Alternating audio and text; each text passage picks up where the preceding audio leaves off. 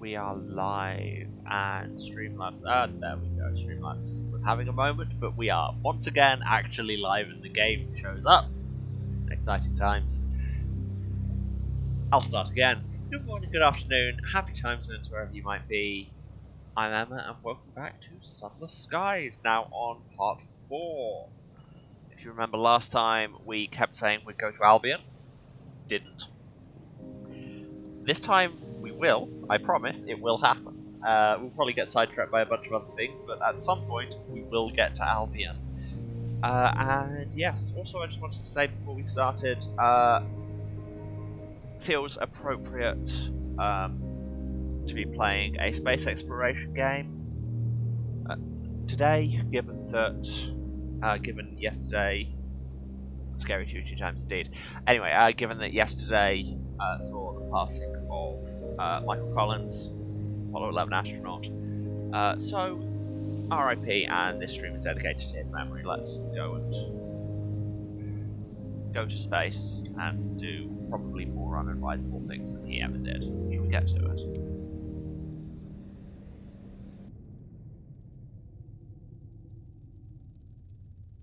Well, that's a threatening fun fact for the loading screen. Anyway, we're at the circus. What else did we have to do? So, let's flick through our journal. Ambition, go to London. Captain Willow's legacy, go to London. That, go to London. Doing things at Carolyn, do things at Carolyn. The Repentant Devil, Carolyn, London and the Well of the Wolf. Cautious Driver will be somewhere in Albion. Does that mean we're peers with the sun? No, I assume it means against other suns. The Incognito Princess wants to go to Endurance. The Rat Brigade want to go to Endurance. Not doing that. There's still stuff to do at the Regent's Grave, which... maybe?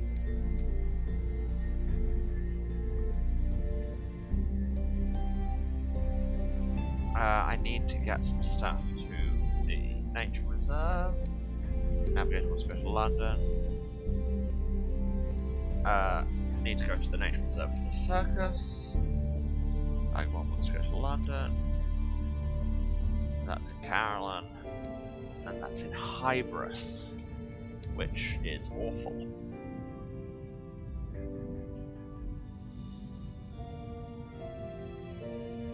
So that means we've still got stuff to do around here at Hybris, Carolyn, and the Nature Reserve. Should we just bite the bullet and kick off by going to Hybris?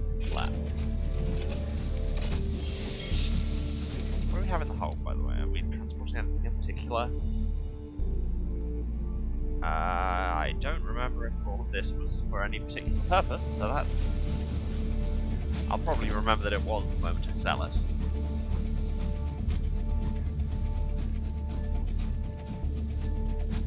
But yes, hello everyone in the chat. Hope you're having a good whatever time of day it is for you.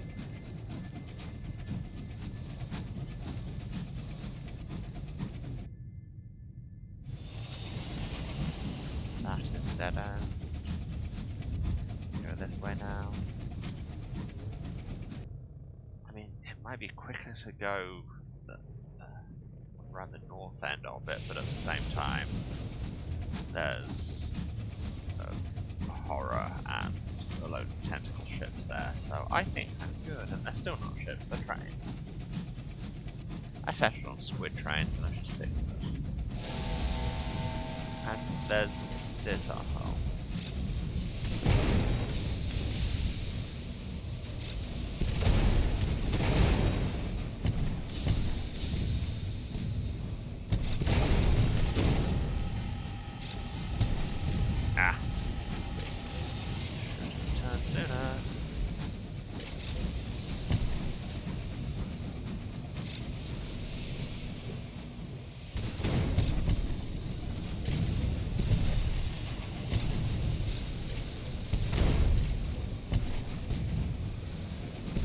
Dodged at all.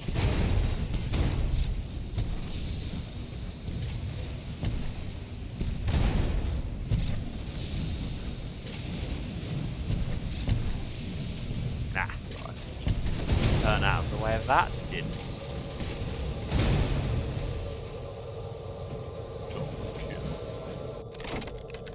them. Unusual items. I like those.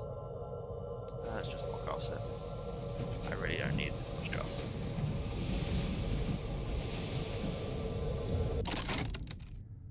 Let's just get money instead. Oh, a whole 22 sovereigns. Wow. There you go. Lost 16 hull, getting in a pointless fight for 22 sovereigns and some gossip. I make good choices, y'all. There's a thing we can't touch because we don't have mining equipment still.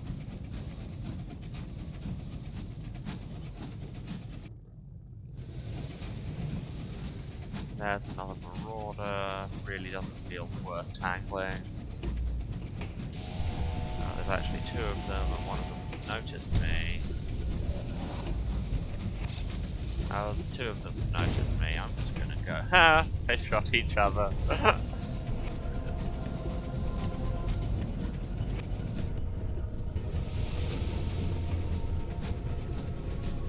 The bots already.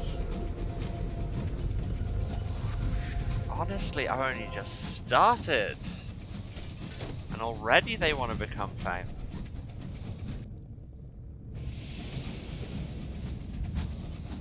Excuse me 1 second. You there? Banned. Twitch doesn't like being in a window this small. You there? Also banned. And we were. Don't have an explorer, that's not great. But he is presenting a lovely broadside, so I'll take it, I guess. And we can scavenge for some parts. Gain 10 hull, all to the good. Now where were we? God, Hybris is so hard to get to, it takes forever.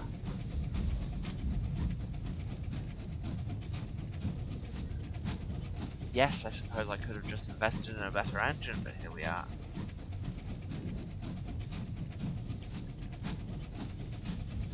I feel like I'm going to hold off doing a bunch of train upgrades until we get to London, because I think they've got more stuff there.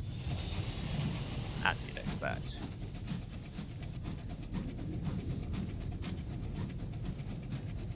More things we can't mine.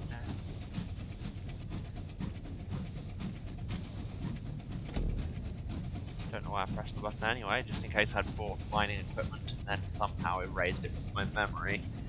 I swear to God, if we don't have enough fuel to make this round trip, I'll be so annoyed. And also dead. Yes, just as I start this stream, they've announced the new edition of this. They're bringing out Sovereign Edition in... Spreadfluencer. Well, as long as you're gonna... No. Oh, come on!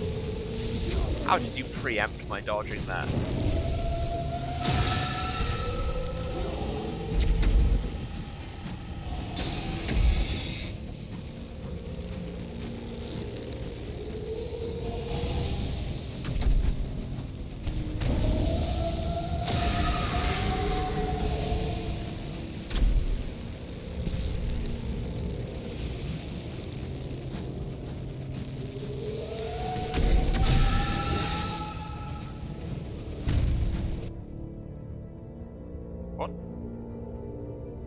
What just happened? A junior signaler receives a dose of medicinal port in the infirmary after seeing a frozen corpse slip past a window. He experiences checking it. The dead are hungry, he says. We need to make an offering or it'll come back and knocking at the hull. So we can jettison some supplies. We can, and that will usually make people happier. And just shout at him. Take a nightmare, or can spend fuel to double back and loot the box. No. I think we can buy more supplies at Hybris, so I'm happy to jettison one. The rations spin away into the stellar mists. You will mourn the biscuits. Some of them had chocolate on. But more to the point, we're probably about to die. Anyway, I can Mourn the dead of this wreck. I forgot that can spawn a thing, and it spawned a thing, and now I'm feeling like we might open today's thing by dying. Okay, well this is Roseman's instead, so there's that.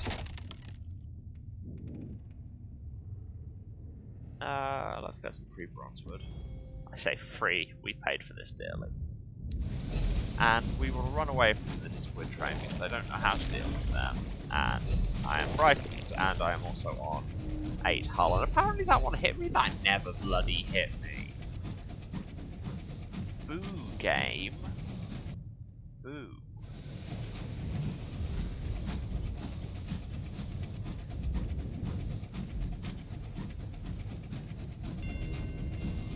Really hope there's a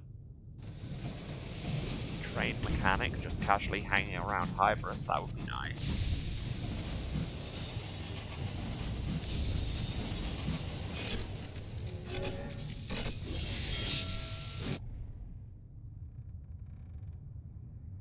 Hybris deserted. Colin's houses are dark and there's no sign of a soul about. The smithy is empty. No smoke comes from the Brendan's chimneys. The fretwork on the town hall remains unfinished. A bee laced with curling fronds flies by, its drone the only sound in Hybris. I'm going to scavenge because I'm running low on everything. 3 fuel and 1 supplies.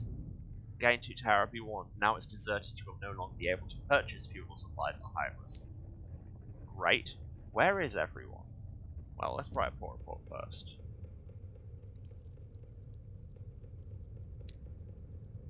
Where is everyone? The pernickety factor is alarmed. This is very disagreeable. I was expecting to find people here. Disappearing like this is extremely rude.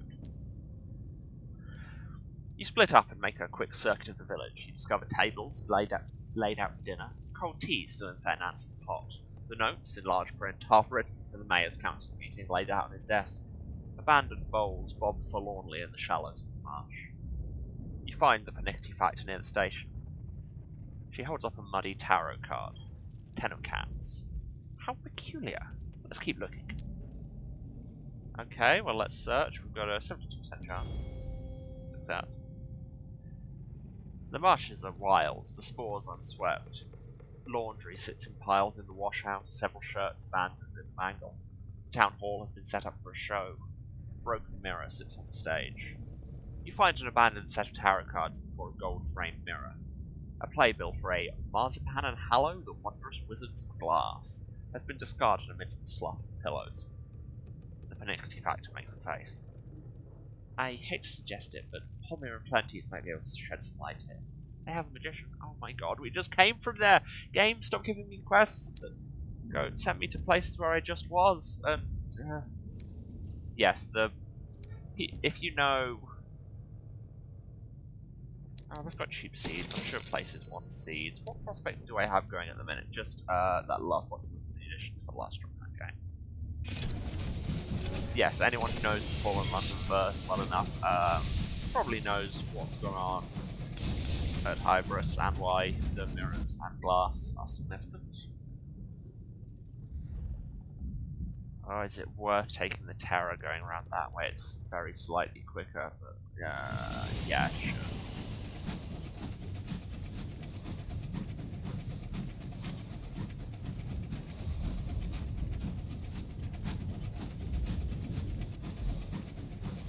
Let's just be very careful. Oh, there's something over there.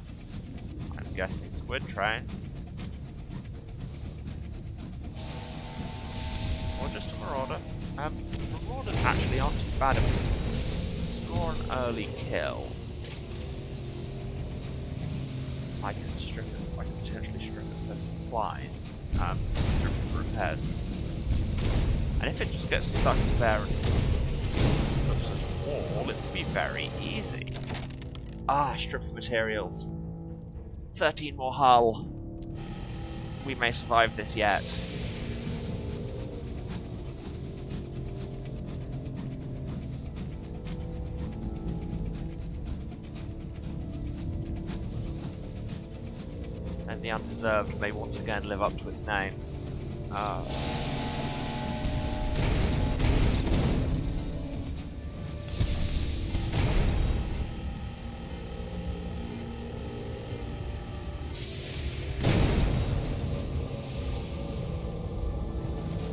These Marauders are not putting up a huge amount of a fight. And more repairs, up to 31 hull. This is a lot better. Still, those look like squid trains. I'm not getting involved. Last time I investigated this thing, I lost like 3 people. My computer just hiccuped, hope it didn't affect the stream too much. A fungal fragment. In skysuits and spore masks, your crew hauls a porous asteroid aboard. The top half is veiled by a mesh of fungus like minty crinoline. The lichen of all shades cling to the underside of the rock in an iridescent coating. Well, they wanted a fungal crinoline. The fungus is tough, it's like cutting wood with a penknife, but eventually it gives way. There you go. This wasn't a complete waste of time. Brief stream pause, but it didn't drop. Excellent. I don't know what's causing my game to do that, and it's very annoying.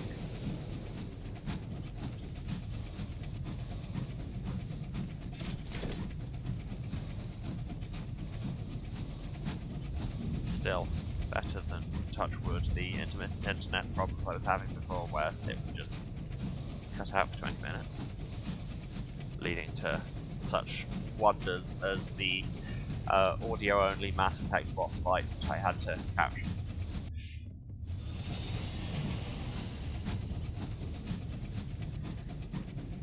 That's a treat on the YouTube page. And presumably the VOD, because that's where the YouTube gets it. Skeen, that's a good name. Oh god. Tensions are high and the crew are making mistakes. The preternaturally fertile seeds of the region must be stored with the utmost care. A flicker of light, a lap of moisture, and they burst into violent growth, like the sack in your hold, from which questing vines have groped, knotting around your cargo.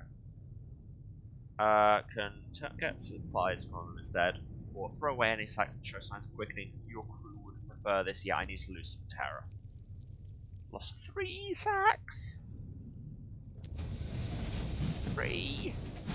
Wow. That was 75 sovereigns I spent on that. I am disappointed.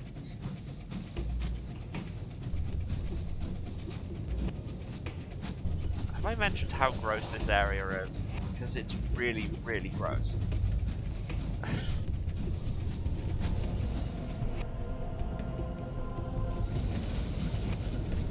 Turn north here, head through to the circus.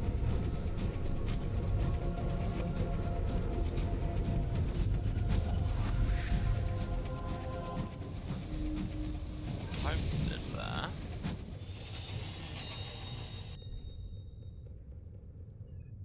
They'll trade munitions for bronze wood. No, I'm good. I want these munitions, but we lose some terror for seeing a homestead. And being like, oh, people do live around here. It's not all terrifying monsters. Yeah, hydration without prompting. It does happen. I don't just wait for chat to tell me what to do, guys.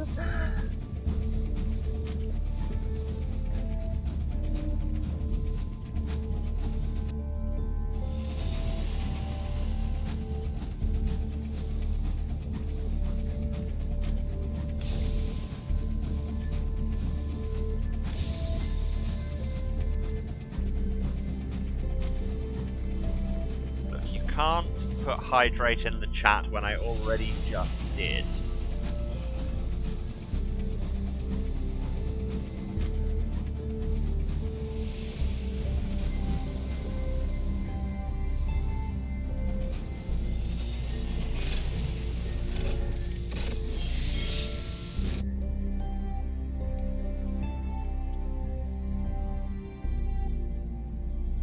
Go behind the tents and ask the magician about Hybris, an abandoned magic show and discarded playbill of all you want to go. The humiliated magician sighs as he inspects your playbill. That pair of rogues. It would be an insult to chicanery everywhere to call them charlatans. His shoulders sink. I would know. He stands and walks over to a cabinet in the far corner of his caravan. He opens a small drawer and produces a slim, heart-shaped key. There's a locked suitcase in my old house on Port Prosper. It has a red door near the station. If you could fetch that for me, I should be able to help you. It has all my old paraphernalia. Okay, this is interesting. So that's another place we have to go, but then, I mean, we would have had to go there at some point anyway. Let's pack up more barrels. Create some supplies. Yeah, would have had to go to Port Prosper anyway, because that's on the way to the transit relay. Other places I still have to go. I mean, the other places I've got to go around here are Carolyn and the Nature Reserve, and, like, New Winchester is on the way to both of them, and I may as well get some repairs in. There's a Taxi Scout.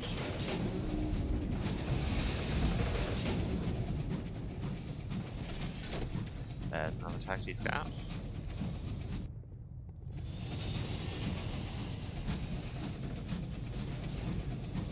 Here's the coastline.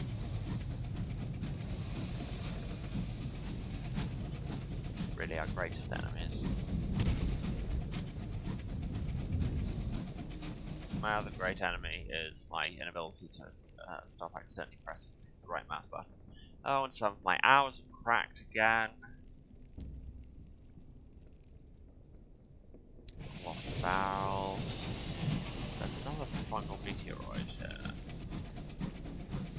What else can we get to them now that we've got them? Gain supplies, but also terror. Reduce my terror, 67% chance. Yeah. Your crew lays a trail of gunpowder from the inner door to the fungus. You light a match, set the trail ablaze, and slam the door. The flash of heat is immense. The spores burn ferociously. You can hear a high-pitched wail, almost a scream. Heated air, perhaps, that was trapped in the fragment's pores. Your crew cheer. You cheer hydration. They cheer exploding funguses. We are not the same.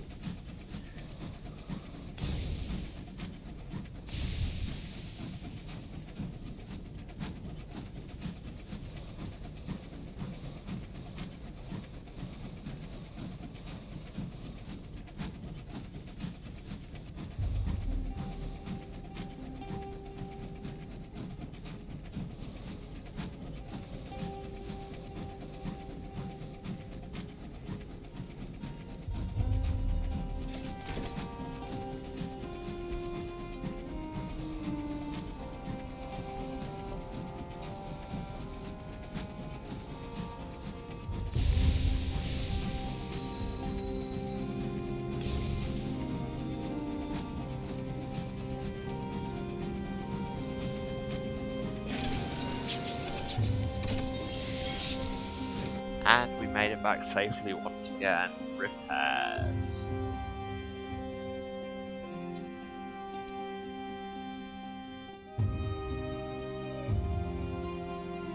Anything new at the club? No. We can hire a couple more crew. And we've got 1,000 sovereigns. Woodlands wants chorister nectar. I have some of that. Portable wants bronzewood. I've got some of that at great expense to myself. So I'll take both of those. I'll sell these seeds, and no, I'll keep the hours because I need 2 of them to get the transit relay. Keep the nectar and the bronzewood. Some seeds then. So I could get some better equipment. Finally get that mining equipment. I could get some armor. Plus 10 armor. That's probably a good thing to have, given how many wildly inadvisable things I do. And a better... yeah, a better engine would be way too expensive.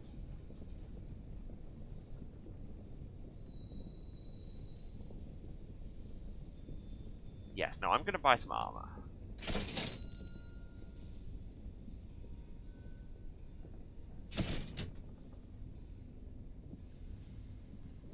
Well, that increases your maximum hull and then doesn't fill it. That's cheap. My dudes.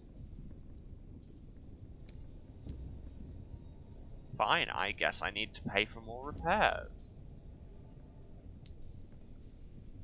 But now we have 10 more hulls. That is good. Where next? I think if we go up to the Hall and then probably to the nature reserve.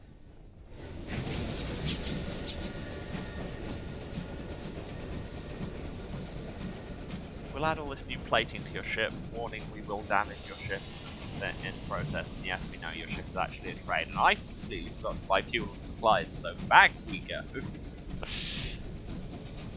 Yes, as I was saying earlier before I got distracted by Strasbourg, they just announced, I think yesterday, Sovereign Edition of this, which is going to add apparently many things and rework some of the systems. So, in a few weeks, if we're still playing this, if everything suddenly changes, you'll know why.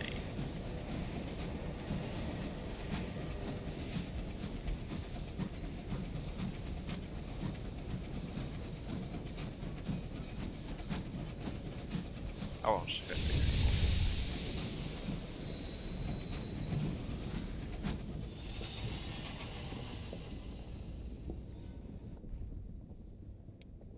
Have some more reports. It will all change because the Starlight told it to. Yeah, basically. Another 500 sovereigns pays for this plating.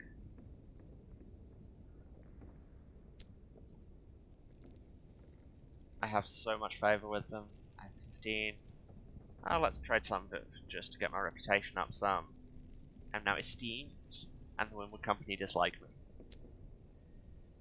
Yeah. As they should. Because I, and hear me out here, dislike them.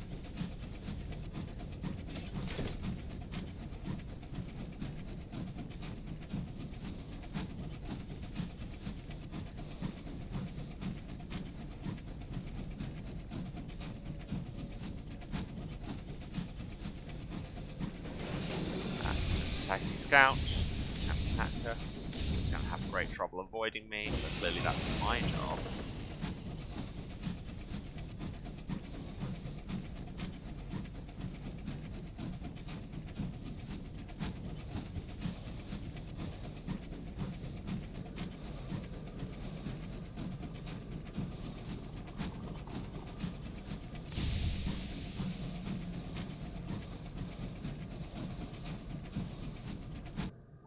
Way, yeah.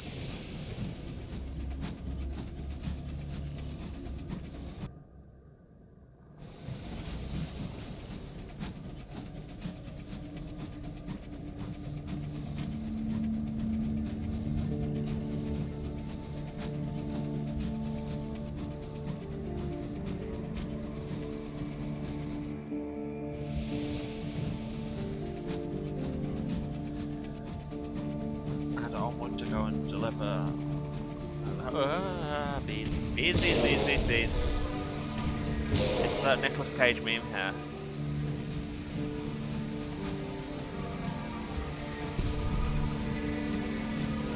Daily miss. Get hit.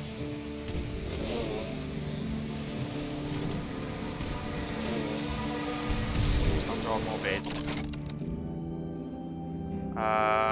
45% chance of getting some Nectar or just gain some XP. Listen to their death hymn. Sounds memorable, but not notably distressing until that high C, which makes your teeth itch. Afterwards, are you wiser? Are you stronger? You are not less so. The bees died. You lived. Speaking of bees dying, these bees will die. Wow, I'm taking some stupid hits. Well, so much for that new armor. No, the armor stays good. Let's gain some new experience. We're near at level. Ah, still not quite there. Oh well, I'm sure we'll get XP from like handing over this fungus. These fungus? This fungus or something. Or maybe I won't. Maybe it'll just... Yes, because we have to deliver stuff and then wait 15 days, don't we? We'll do that.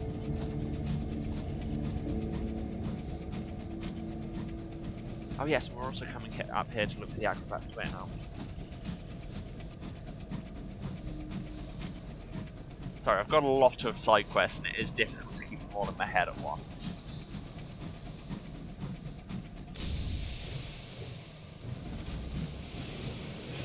So if I ever become a little unfocused on this stream, that's why. Let's just go for a walk and reduce our terror, that is good. Write a port report. Export sapling notes. Question mark. Oh, export them from here. Yes, sapling knots are the trees that can grow anything that our friendly researcher made. Okay, so these are exported to New Winchester. That's fair enough. I can do that. Do that. Over at Capabilities Inquest, base of research. Let's turn in some research. Here's a fungal crinoline. 300 sovereigns, 100 XP. God, how near a level am I? 112. Yeah. Don't have either of the others, so yeah, just cool. Return in 15 days. That is October the 14th.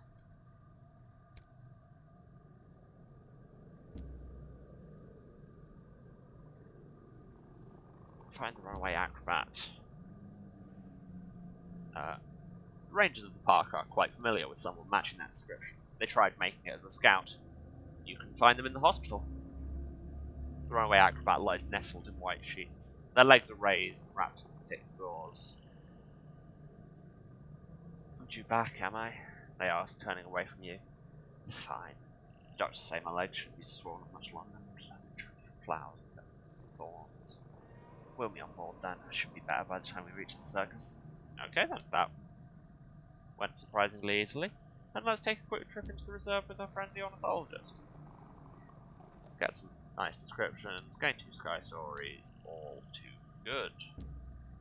Ooh, they're selling bargain bronzewood. Where wanted bronzewood? Port Haven. I will buy your bronzewood.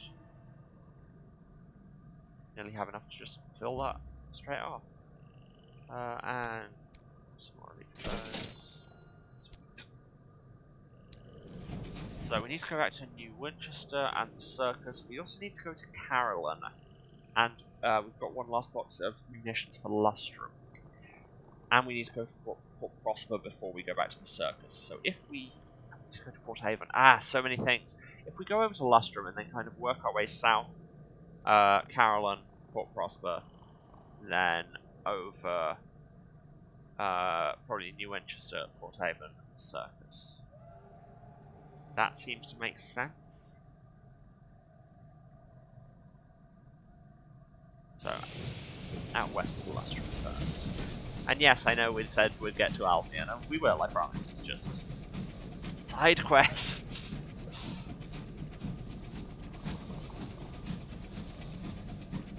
Come on, you saw me play Mass Effect. Everything is side quests until you cannot possibly side quest anymore. The main quest is to be avoided at all costs.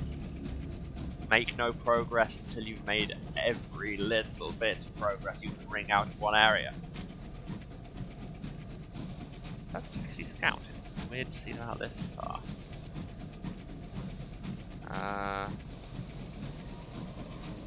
No, that is an Empire Dreadnought. I really hope it doesn't attack me now that the Winwood Company dislike me. So I'm just gonna go this way.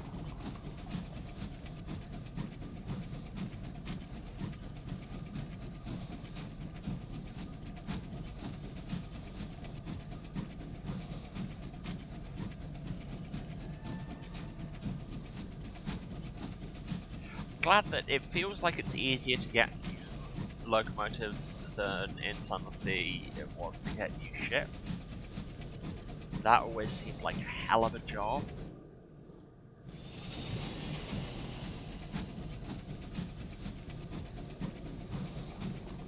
Oh, there's a chorister hive. That's not great. Oh, but I can just collect some free nectar from it. Sorted. Where wanted nectar? Maudlins. Okay, I can fit that in. If we go prosper Maudlins. Then probably all the way up to New Winchester or even the Circus. I probably want to end up at the Circus because once I've got the Magician there, he can tell me what to do about Hybris. And if I need to go to Hybris again, I will consider it. And then maybe just give up and go to London instead for the time being.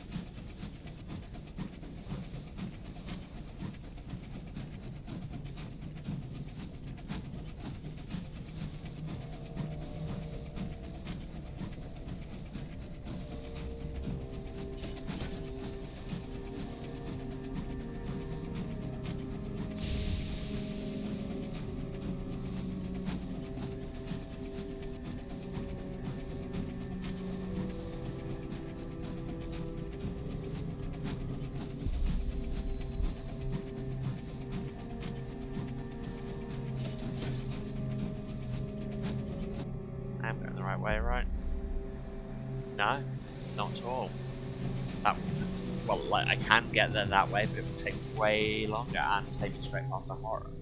This takes me straight past a horror anyway.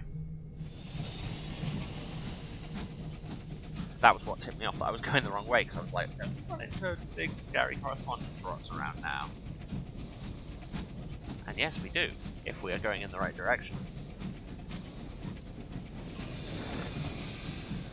Why are you following me? Are you about to become tentacles?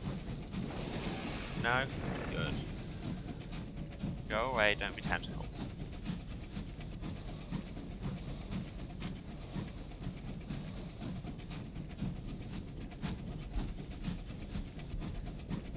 A scribe spinster. Tell you what, this time let's not randomly pick a fight with it, especially because there'll probably be more.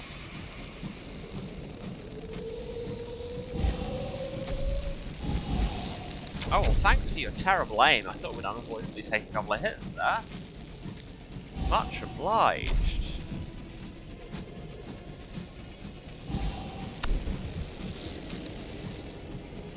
Wreck there. Worth it.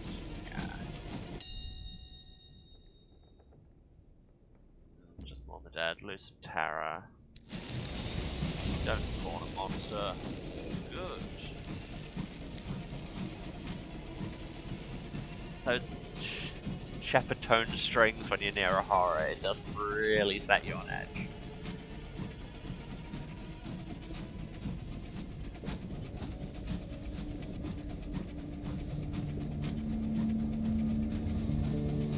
Didn't buy my new equipment, so I still can't touch this, can I? No.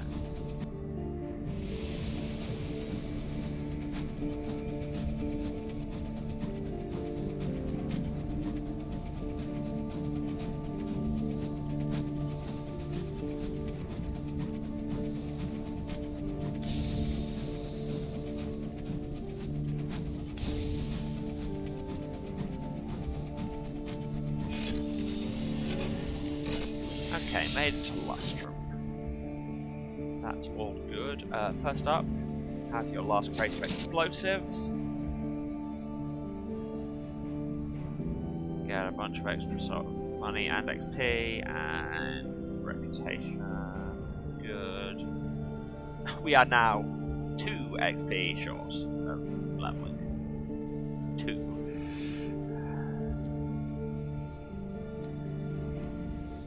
Anything to see here? Right to port. I can explore Lustrum. Let's see if that gets depressing immediately. 2 prospectors. Oh, no, we did this. Yeah, we can lend assistance. But 10 sovereigns, that probably wasn't worth it. Anything new at the tea shop now we've enjoyed all 3 lovely cups of tea? No. Probably lose lose some terror for it anyway.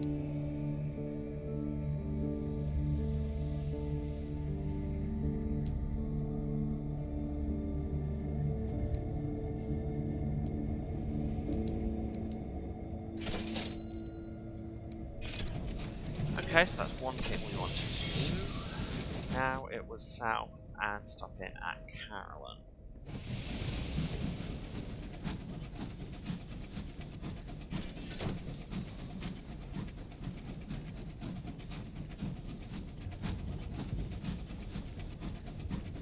How many nectar did they want at Borderlands?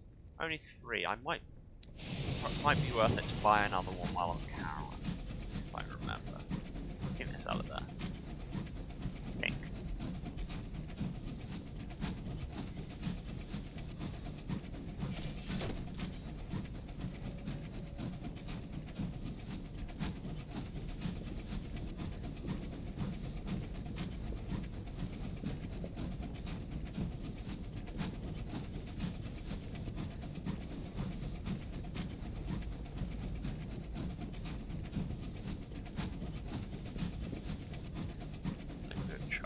There's good foley on this game.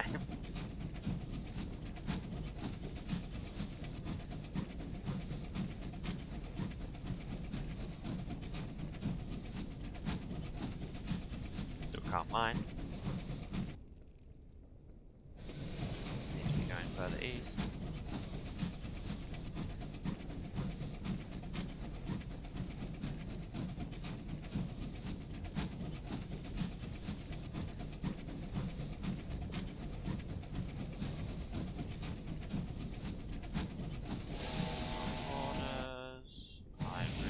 Bothered to tangle with you.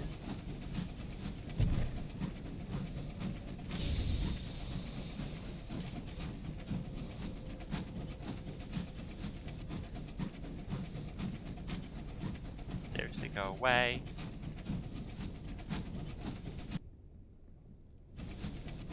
I do not wish to fight. I mean, I'd win, but I don't wish to. See, as soon as I've established that I'd win, more often it's like, oh, okay. Dude, seriously, legit.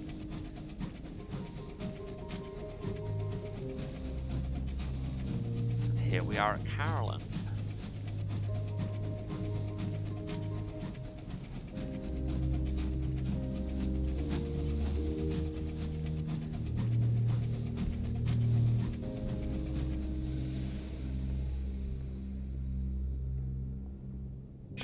Oh, I thought I'd hit the button. I apparently did not hit the button. I was just drifting on my own power. Let's lose some terror looking at the barrel below. Am I right that they sell nectar? Yes.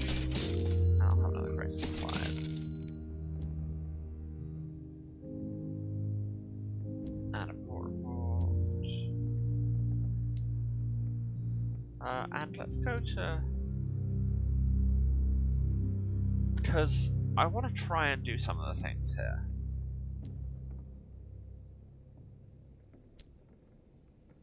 So, because I was meant to be helping the spineless curate, who wants enlightenment and shift of perspective, or 5 enlightenment.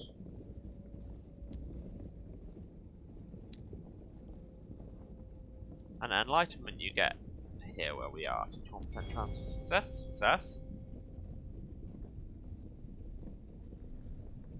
A chinless matriarch should have been an accomplished composer, but feared that the occupation would not pay. Devils disapprove. To repair these defects, she's been put in charge of a violent dog. Do you feel any more interesting now? Asked the supervising devil. As for your punishment, it is not but speaking of the usual thing. Okay, so we got an enlightenment. Checkerboard garden is where you get shifts of perspective.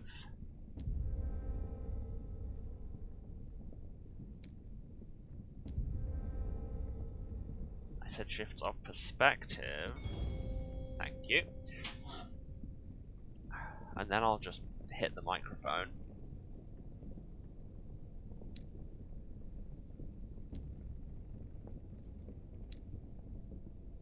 So we should have the things to give to the curate.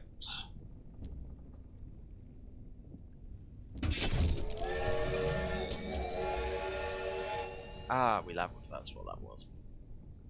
Ah, that's better, he says, rolling his sleeve to cover the place where the needle went in. I have a warning for you. Meet me in the bell garden. It's harder for them to overhear us there. Don't follow me right away. Wouldn't do for them to see us together. Then he strolls off. Is that all? Is that what he calls gratitude? Have you been duped completely? It remains to be seen whether he'll be in the bell garden after all. Okay. Well, I return to the cow. Well, I just gained a level, so let's get some stats off that. Our lowest are mirrors. We want mirrors, sub-veils. So the August Avenues can give us that. It would also... No, that could not give us anything else.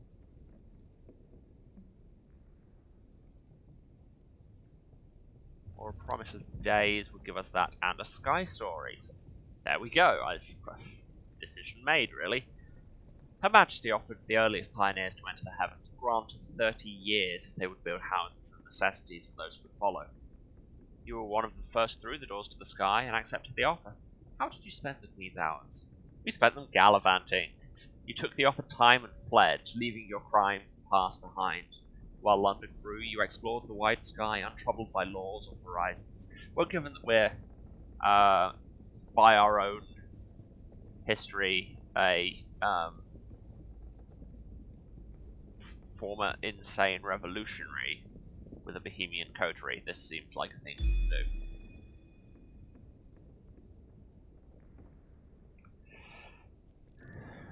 Basically, have you ever read The Man Who Was Thursday? Because we seem to be that. So, let's try and enter the bell garden. And fail. And succeed. First, remove your shoes. Wash your face from the fountain of fresh water and your feet in the basin of salt water. Walk across a patch of white sand, throwing a pebble over your left shoulder to baffle any ill-omened thing that might be following you. Then, sleep in a hammock on a private balcony where only other patients may enter. When you wake up, eat a plain white bread with a salt crust. After all this, you will be ready. Oh, excellent, and that just stays. I thought we'd have to do it every time we wanted to go there.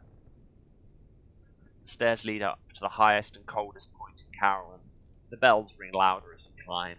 The music is mathematical and exact. Each note sounds for exactly the same length of time, the same duration that's required to ascend one step. No one passes anyone else on these stairs. In a tower over the bell garden, 12 devils ring a change of 12 bells. The full peal will take 11,000 days to complete without intermission. From time to time, one devil relieves another, stepping in during the half-minute when that particular bell is at rest. There are no errors. This mathematical music can be heard everywhere in Caroline, but it's loudest here. Impurity and imprecision are not welcome. Well, there's a penitent nurse here, so... Huddled in a corner with cotton stuffed in her ears. Let's communicate. You communicate in writing. She's been within the sound of the bells for 40 days. The clangor is starting to disrupt her mind. She begs you will help her, and out of your kindness pay part of her penance for her. She would do the same for you. She is a very kind and forgiving soul. To convince you of this point, she scribbles down assurances, compliments, and a sketch of herself ministering to a leprous child. But about the devil I was meant to look for. She shakes her head in distress. The words she scribbles for you are, if you can read her writing, seen the kind before, had them in a hospital sometimes. Can't get anything clearer out of her. It's just that Tool song. Yep, okay, confirmed. Caroline sounds like Tool. Let the nurse be. Actually, wait, I didn't even check what she needed. 5 deprivation or 1 and an ordeal.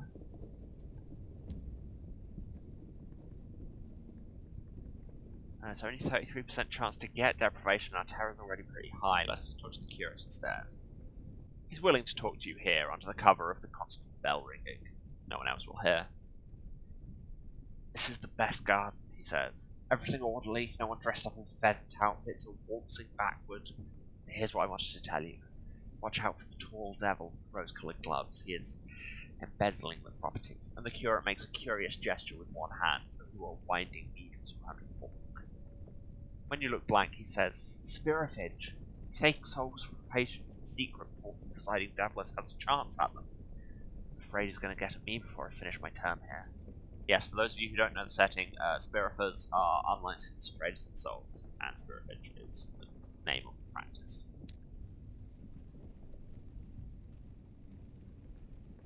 So wait. Okay, that's... Maybe if I go back and tell that to the presiding devils.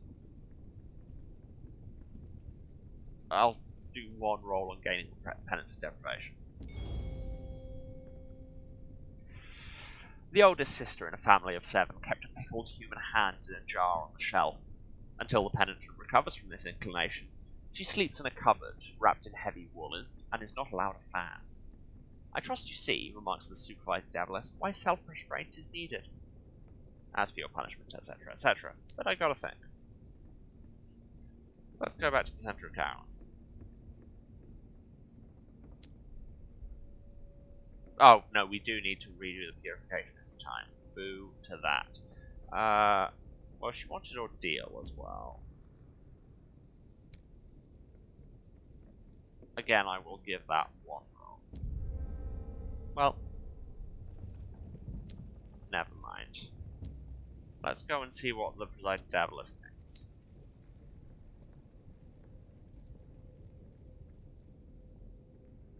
Blackmail the Spirit. Hello, you have my attention. He doesn't try to deny the accusations, though he does have a few words about the presiding deviless. "Couldn't let it go," he says irritably. "Should have known how it would be. She spent too long with the penitents, acts there's something wrong with a bit of corruption." Despite his bravado, he does seem a bit ashamed. Devils are supposed to get sold by contract. This one's no better than a pickpocket. So I can blackmail him and keep his secrets, blackmail him and then betray him, or have him join my crew. It says if you have space, so that's just as a regular crewman. Are we going to be just dicks to this literal devil who is literally stealing people's souls? Yes. He pays contraband for your cooperation. "And I'd be obliged to you," he says, "if you left Carolyn soon. It would raise one's confidence in your silence." You do not, of course. There's a second conversation to be had, this one in the presiding deviless's beehive hut. We now have one crimson promise.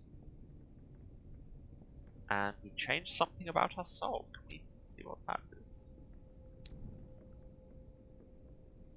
Our soul is now flickering, as well as stained and fermented. So yeah, as you do morally questionable things, your soul will reflect it.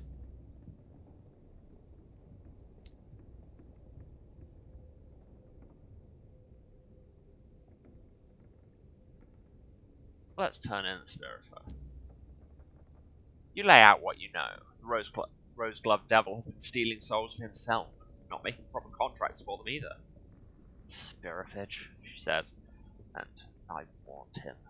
After a moment, her attention returns to you. "He had a very different soul when we first met. This is the trouble with friendship among devils. Come back in 5 years' time, and who knows, you may find me engaged in a smuggling operation of my own."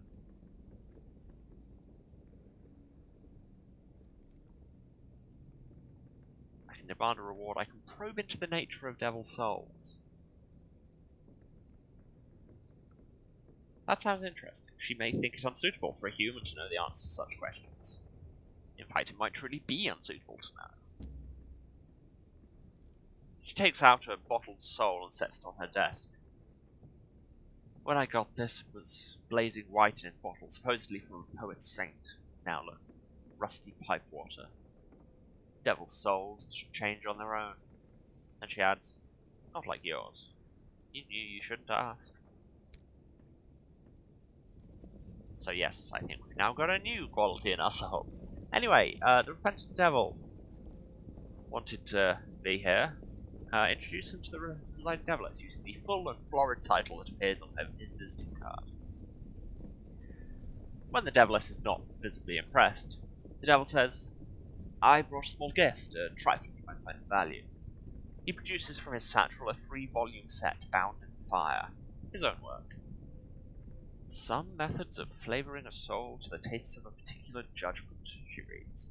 She tosses the set on her desk. It huffs smoke. We are just a touch more modern now. It's a fine antiquarian piece, she adds unforgivably, but we find those approaches to be rather cumbersome. Besides, we find we need to appeal to the original owners of the souls, offer them an experience worth paying for.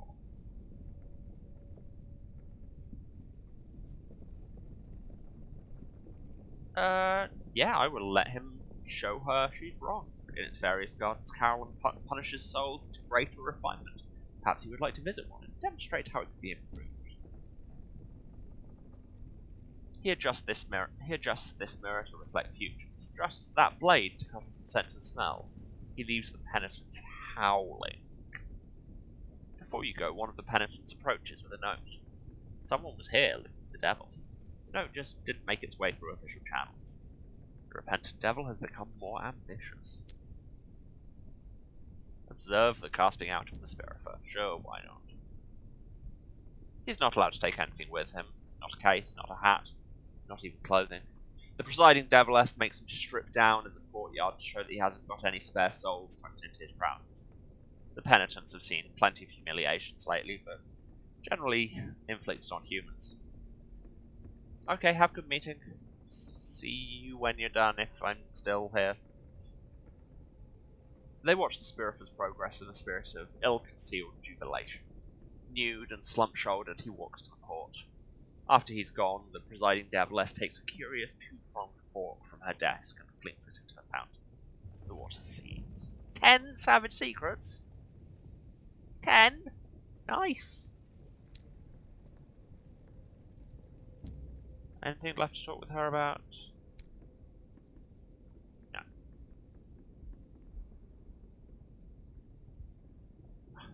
God, if we have every kind of penance, we can help her come up with new ideas, provide exquisite insight. That's terrifying. Time to go talk to the rats. No, the rats, we need to go to adjournance. They wanted to go to Carolyn and we went last episode.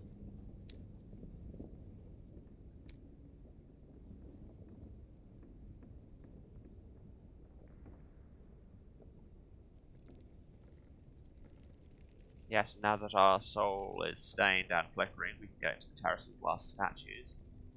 It should be clear to get here and get penance endurance.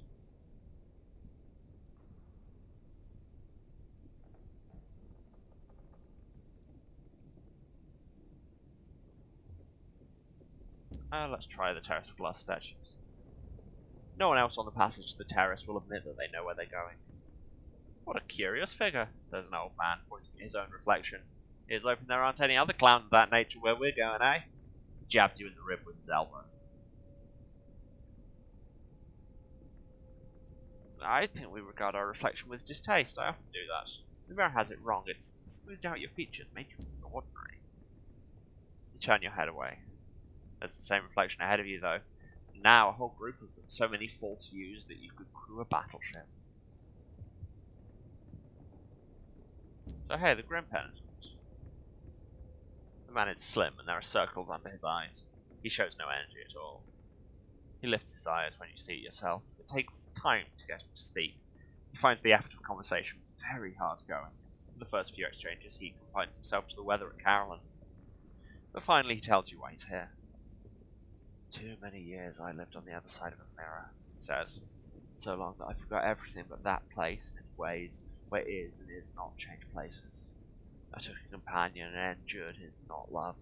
It took me a long time to recognize it for what it was. Yeah, we're talking about mirrors again.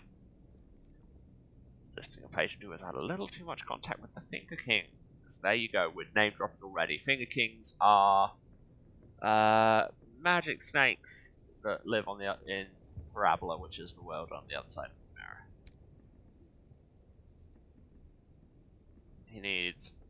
5 excess or 5 endurance.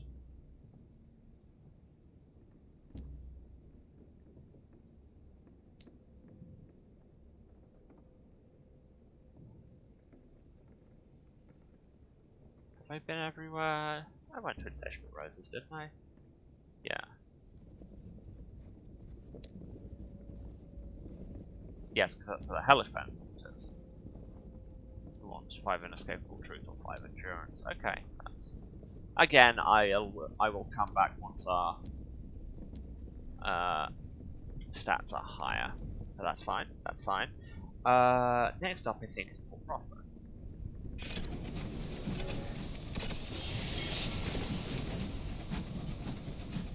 Where I'm pretty sure they do sell fuel, so I think we're okay on that end.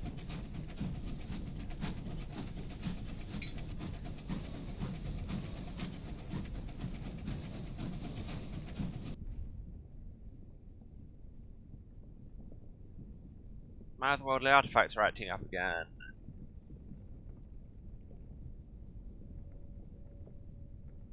Do I want to take another stack of nightmares? Or do fuel? Yep. Get rid of it. 3 purposeful blows with a lump hammer and the artifact lies in pieces. You sweep the remains away. The crew are pleased yours weren't the only dreams the artifact had insinuated itself into. When next you dream, you're in a field of violet chrysanthemums. The artifact is there too. No longer discreet, but vast. Vast as the face of a mountain, its shadow wide as night. Cool, our nightmares are now awful. Ah! Some time ago, you had to remove a bristle-moustached corpse from the front of your engine. Now the corpse is back. It's knocking politely on the exterior hatch and asking if you can come in. Not for long, you understand. Just to warm up. It's chilly out. I don't want to lose fuel. I can stand to gain terror. I've just lost a bunch. Absolutely not.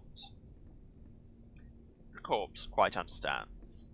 Although, could it possibly borrow a scarf? Yes, lend it your scarf. It was a gift from your aunt. That seems to satisfy the corpse for now. It stops knocking. You spend some time telling the crew not to let it in. It'd be just like one of them to take pity on the creature. Why are they staring at you?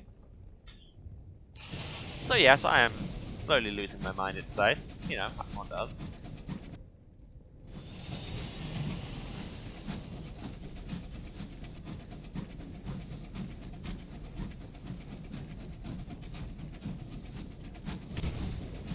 Didn't mean to do that. Alright, get some repair. Didn't spawn an enemy. Everything, frankly, is good.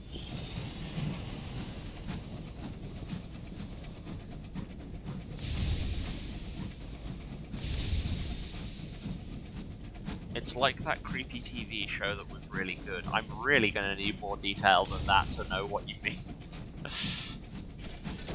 Because I can think of many TV shows that are both creepy and really good. Night Flyers, I have not watched it.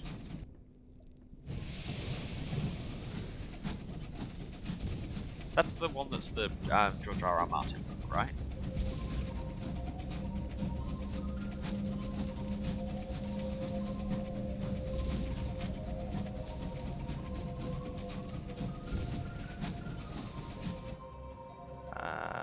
No, this is dead end.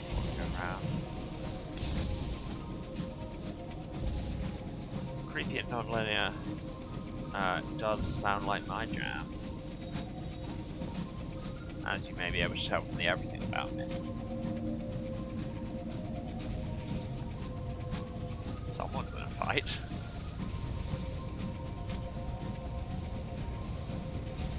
Face on Earth, yeah. Yeah, it's the one I thought it was. Yeah, I didn't watch it. I've heard good things. I've heard mixed things.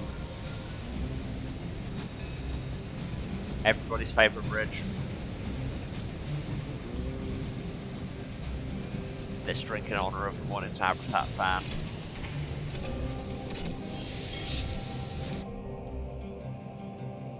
Oh, Prosper.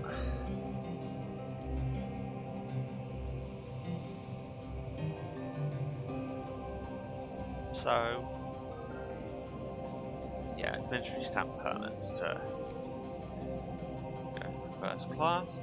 That's fine. I mean, they're selling cheap hours here. Maybe. Well, first up, I need to refuel. What was it we wanted to do with Port Prosper? Why was it like Port?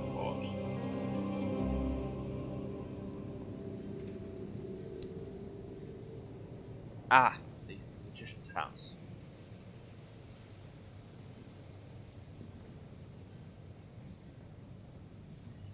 It has a red door and is near the station. Happily, he's given you the key. Props and spirit cabinets line the musty hallways. Faded posters depict the magician's noble countenance as he prepares to embark on another daring adventure into the occult. Not for the faint of heart. The pernickety factor finds much to roll her eyes at. You find the battered suitcase underneath a large tabby cat. It yowls sleepily. The cat could belong to the magician, or it could have just crept in here for a nap. A garnet-studded collar reaches Monsieur Francois. It looks up at you expectantly. Oh, we're absolutely taking the cat. Humiliated magician might wish to see it again. Monsieur Francois might like an adventure. The pernickety factor gives you a look of abject disbelief when you ask her to find a suitable box to carry the cat in. Monsieur Francois proves a very amenable traveller, however, purrs all the way back to your locomotive. Your cook is less than thrilled at having another mouth to feed. And let's go to the vaudeville.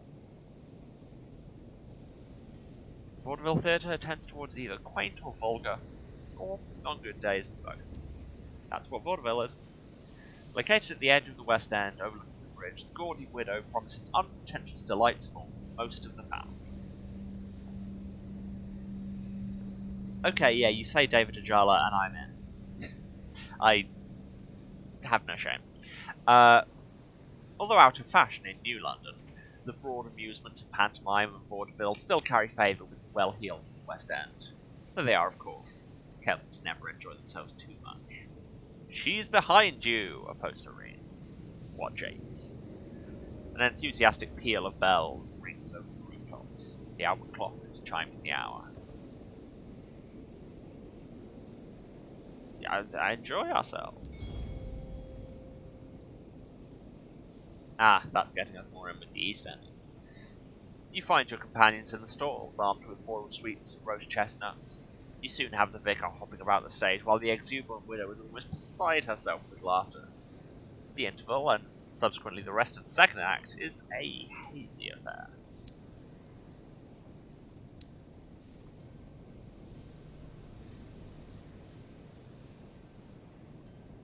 I could get a settler, but then they'll just shout at me for not getting someone with them. And yes, there's the new company house, where we can turn in our reports to the company, which is now moved over to Port Prosper on account of us, really. Okay, that's some stuff down there.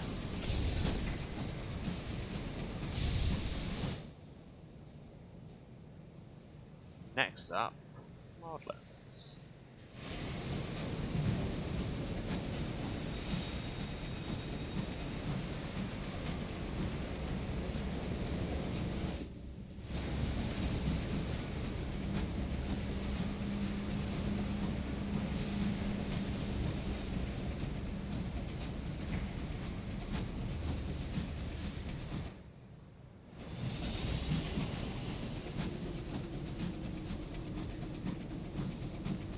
Saying to look at that. That is a company dreadnought, I think. The chat overlay is very slightly in the way. That's a Starman Explorer. But that seems to be much more modern than dreadnought, so I'll leave it be. Okay, now as soon as I say that, it starts to turn. Okay, well here's a homestead on the way. That's exciting.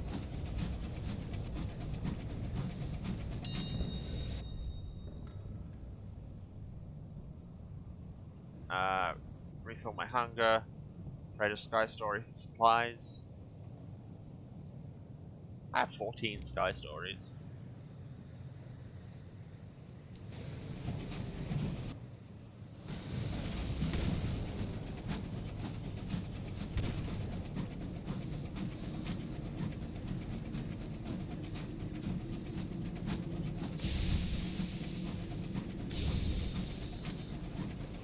more star-maddened explorers. It's clearly going around here.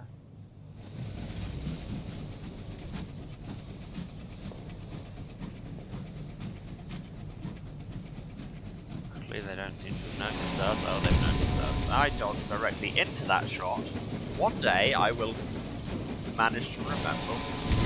Dodge directly into that, suffered a critical hit.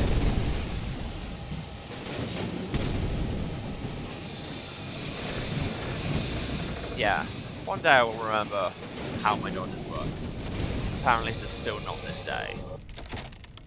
Ugh, scavenger repairs. So that critical damage will come back to haunt us at some point.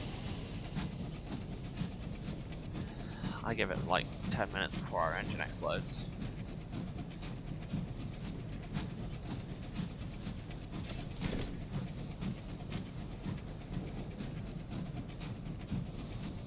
But it'll be fine, we said we'd stop at New Winchester on the way back.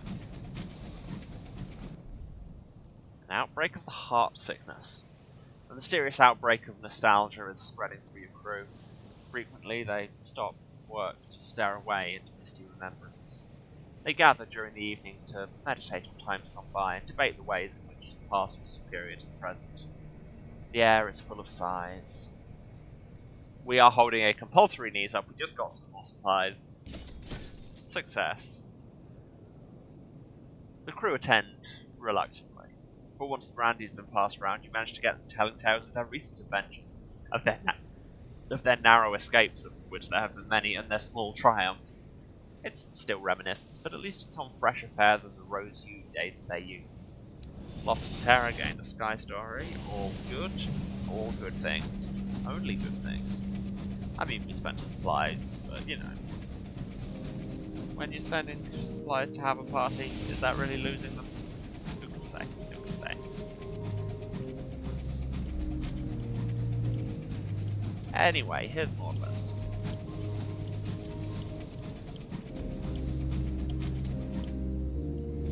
Oh. Platforms down there. See, when I'm not in combat, I can remember which of my dodges work. Ugh. You emerge from a recent battle with what initially appeared to be superficial damage, but now your chief engineer tells you it conceals a deeper structural issue. Unless it's fixed, the integrity of your hull is at risk. So we can leave it and take more hull damage. Send the crew outside to patch it up, 92% chance, or do it myself, 92% chance. Yeah, let's be a hero. Clambering across the hull, you reinforce several of the braces that support your locomotive's plating. Then you pause to admire the view. You stand upon the cusp of heaven. A sprinkle of stars gleam coldly ahead. Below, celestial mists roll and boil like a witch's stew. Somewhere in the distance, the scribe spins to Wales. The sky is at your feet. Gained some hull, but notably didn't repair our critical damage quality, so that'll be back.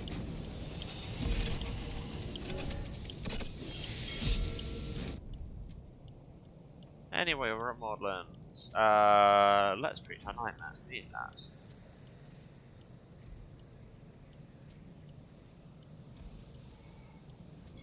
So, an attendant waits to take your details and your payment. He asks only that you request the name of the person you wish to treat you. And it will cost us a moment of inspiration. So, as before, we could have our mother or the queen, but also we could have our new friend, the corpse that's been haunting us. He's pleased to be off the locomotive for a time. His frozen fingers extend to clasp yours as you step inside the room. He's laid out a table, candles, wine, and bouquet. His dining habits are exquisite, his conversation witty and appropriately light. He suggests a tour of Maudlin's when you're done. Halfway through the meal, you realise you're alone. Nightmares have gone down, our soul is now clear, which is a thing we wanted for Carolyn, so now we should have access to everywhere. Let's just take that again. Oh, there's more. Your friend is lounging on a low couch, his long fingers tapering over a bottle of wine. The room is chilled, which is a fine thing, as the bottle is expensive. You talk late into the evening as he surprises you with several educated guesses about your background, your family, your hobbies, and your guilty secrets. He confesses a few of his own to you. His own life in the wilderness as a captain adrift among the stars. His engine sounds familiar. His boilers started up at strange hours of the night too. His levers stuck at infuriating moments too. And his hull leaked warmth at a surprising rate, just as yours does. When the clock sounds, he smiles. I shall see you again. Hooray! Had to pay our moment of inspiration, but we're now down to 0 nightmares, so that is good. What have they got at the keepsake market? An unlicensed chart? Or significantly reduced terror? 50 sovereigns. 350 for an unlicensed chart? No thank you. I'll take the terror drop though. That takes our terror down to 0. Yeah. Right, report. Anything to see backstage? No.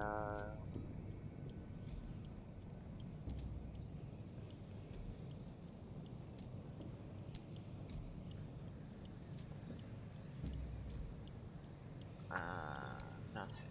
Yeah. Speak to the host. You got anything to say?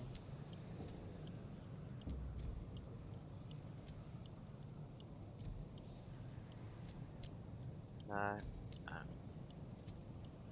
Nothing of import, but you want Nectar for 240 each? Yeah, you do. And they're selling cheap hours. Everyone seems to be selling cheap hours at the minute. Fuel and supplies, and we're on our way. Okay, next we were going back up to Manchester.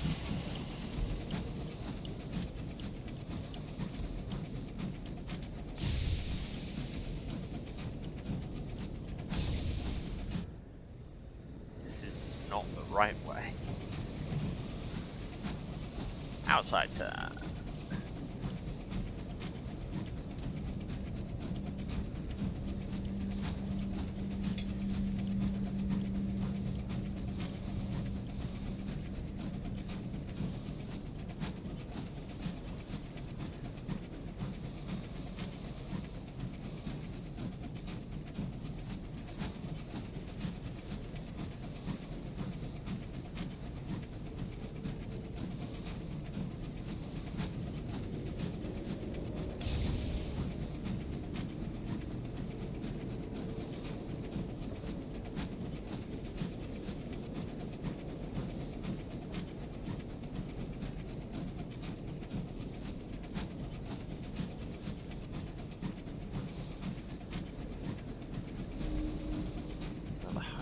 Here.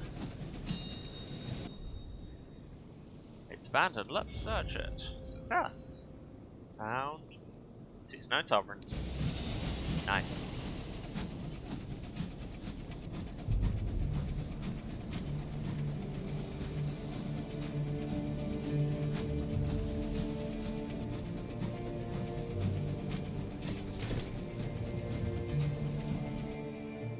I swear.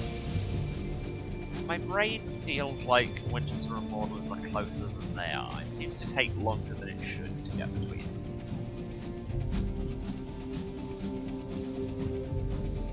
Just like getting between Hybris and literally anywhere there's a Hybris. Crates. Any detail for those? Yep, those are supplies. I'm going completely the wrong direction.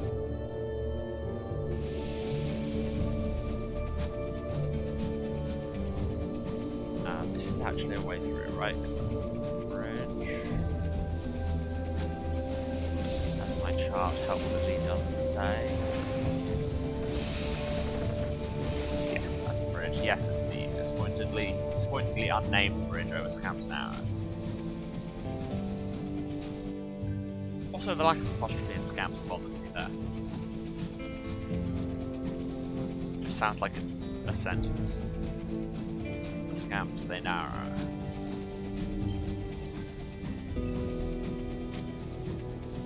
Anyway, that weird train of thought aside, here's New Winchester.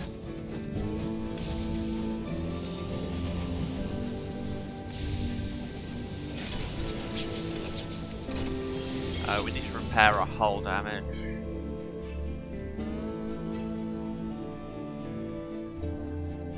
you get like 2 extra hull, but most importantly that critical damage goes. Oh yes, sampling nuts. We need to drop those off. Gained 150 saplings. Not bad. Not bad. Do I want to finally buy that mining equipment? Because, yeah, that's the only space I've got left in all this space.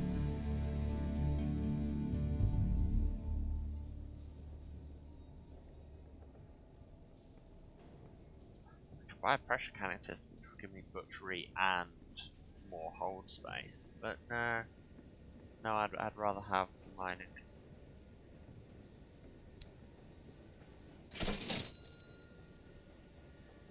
And now, do I have a heavy weapon slot on here? No, I don't think I do.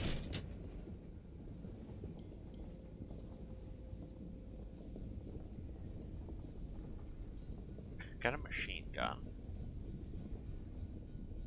That's heavy.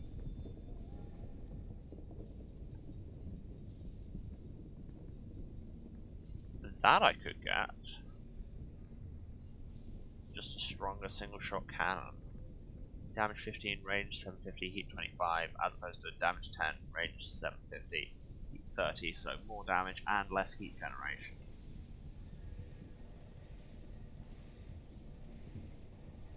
I like the sound of that.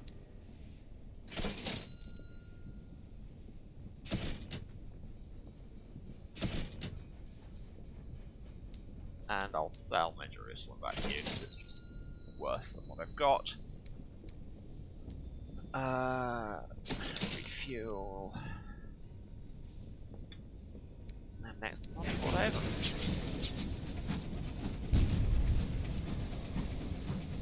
Okay, that shot looks the same as my old one. Don't know why I thought my shotgun might look different. I literally haven't changed that weapon.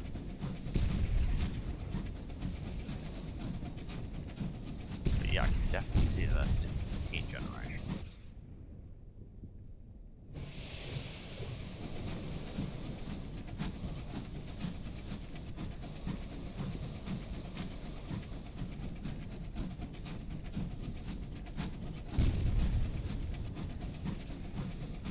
I love that you can see the recoil on the barrel as well when I shoot. Just for a moment. Just like it's a couple extra frames.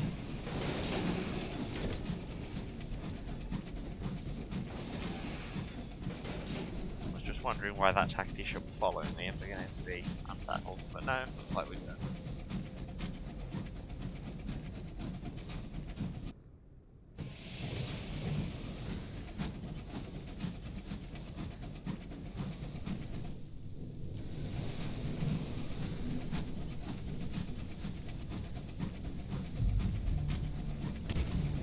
Get the same on my shotgun as well. I mean, why would you get one and not the other, rather? When I say it like that, it just seems obvious. This is the right way, that's background detail. It is not always, like, I love the depth of field, but it's not always easy to see what's background detail, I will say that. And then sometimes you just accidentally bombard the fort, and apologies.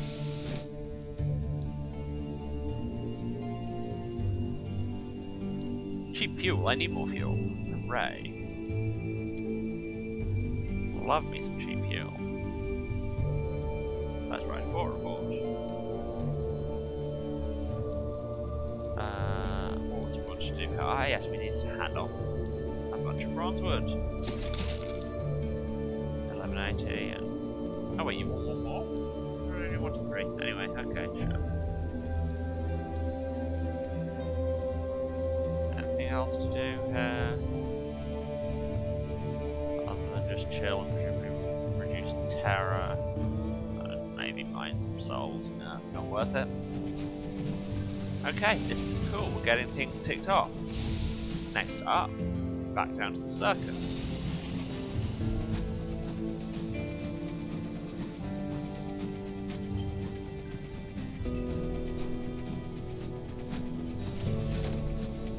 Like, hey, we found your house, also is this your cat? Because it is now. There's a cantankerous. Is it going to take issue with me? Yes. Yes, it is.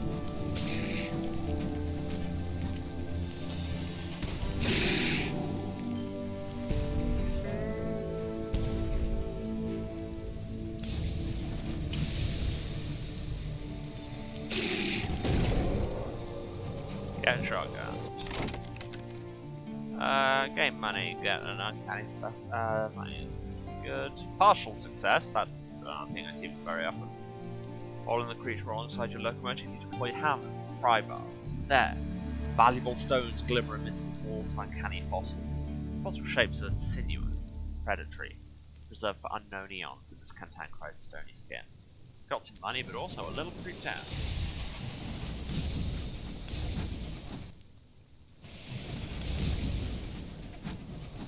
Yeah, I think what they're saying with the cantankerous placated is because I think the cantankerous, hence the plural name, are really more like colonies, so you than single organisms. So you can't really kill them. You're just damaging the colony enough that it doesn't do anything for a while. Do you think that's what they're getting at when they say placated there?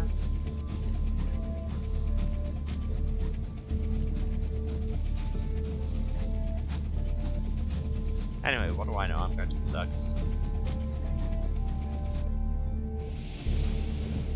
I keep compulsively checking my map every 3 seconds.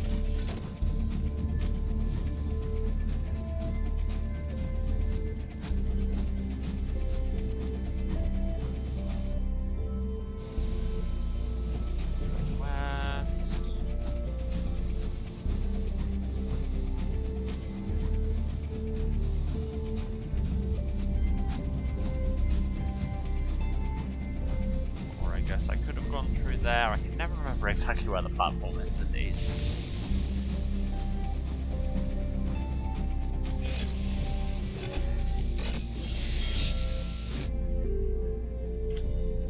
New arrivals. Listen to their stories. Lose some terror. And collect free tickets. Write a court report. Now, behind the tents. Reunite the twins. I wonder when we'd see each other again, one twin remarks to the other. The other replies, how did you know I'd return? You always have before. I'm glad you were right. They wander off, each catching the other up as to what has passed in the time apart. Experience and money and 2 more sky stories. Return the humiliated magician's suitcase and what might be his cat. The humiliated magician's eyes widen as he sees Monsieur Francois. He takes the cat with trembling hands, purrs briefly before jumping to investigate the caravan's cupboards. I never expected I'd see him again, the magician says. Didn't have space for him when I left. Thank you. He turns his attention to the suitcase inside of faded posters, playbills, and photographs. This is Marzipan and me. The magician holds up a photograph of 2 gentlemen in coat and tails. We were apprenticed under Monsieur Pleats. This is before Hallow arrived. He shakes his head. At last he unearths a small vial of amber liquid. Okay, I'll take it. The glass is crystal, the colour deep and resinous. It catches the candlelight, gleams golden in your hands. Prisoner's honey, says the humiliated magician. My last batch from old London. Marzipan and I used to dream together. That was before Hallow, of course, with that confounded class. He sighs. No, I have wasted enough breath on that. Take a few sips of this next time you're on Hybris. Find somewhere comfortable to sleep. You see a colonist again. So yes, prisoner's honey is a very big thing in this universe. It's created by bees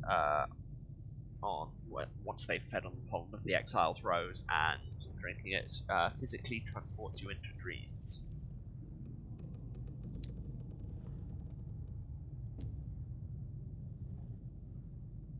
Also, Ringmaster, let's have new quest. Accept a commission to purchase costumes for the clown. 2 cats. The costumes are not for the clown, but for his pet geese, Cuddles, and Ruffles. It's not funny without them, confides the ringmaster. The best acts require them, the ringmaster says, but they won't perform unless they're in costume. And unfortunately, the geese have a habit of destroying them after a few shows. Well, yeah, geese. We have a friend in Port Prospero who will be happy to supply us with costumes. We've the money, but not the transport. He hands you a small purse. Oh, I can do that. And hey, now that we've helped the acrobats, let's turn another performance. The tent is half full, as captains with nothing better to offer their crews have stopped in for a brief respite. The ringmaster gives his introduction and the acts begin. The magician appears suddenly from a puff of smoke, dazzling the crowd with his many amazing devices. The acrobatic twins swing from their trapeze, figures of perfect symmetry as they go back and forth. And then the other 2 are still backwards. 2 sky stories and a vision of heavens. Very nice, very nice, very nice. Do you sell? You just sell supplies, not fuel. That's fine. Now, I don't know if this is sheer inadvisable hubris, but I'm going to go back to Hybris because I'm here and I want to know what's going on with the magicians and everything. I'm at full hull, 5 fuel, 5 supplies. I'm going to go to Hybris, and then after that we'll take a break, and after that we are going to Albion. Promise. Probably stop back off on the circus in the circus on the way, just because we'll probably need to hand in whatever we get from Hybris. Where am I going? This is entirely the wrong way. That one's on me, really. Just look at the map and then go in a completely different direction to what the map would indicate.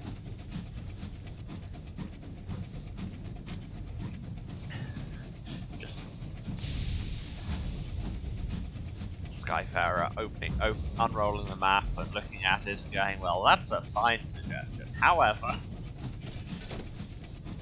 oh, we can mine this now. Mining equipment will pay for itself when you can just get 3 hours with some free bronze wood. Possibly free souls.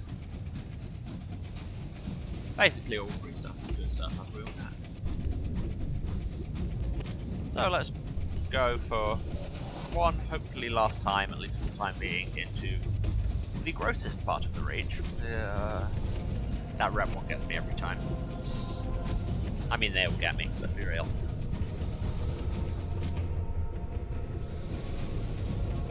I am just like...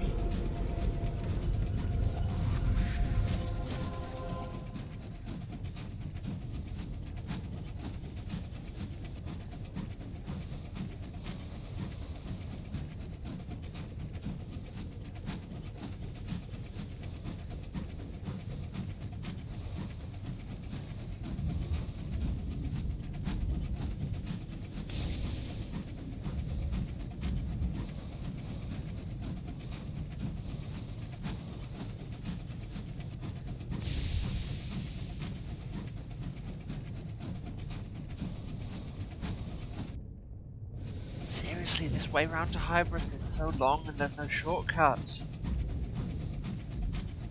I mean, it's not just that it's gross, it just takes forever. And yes, I know I'm saying this as though it was some devious plan by the designers of not a procedurally generated map.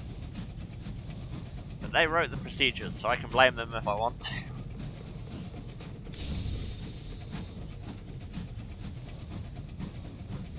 Here we come through phase 4.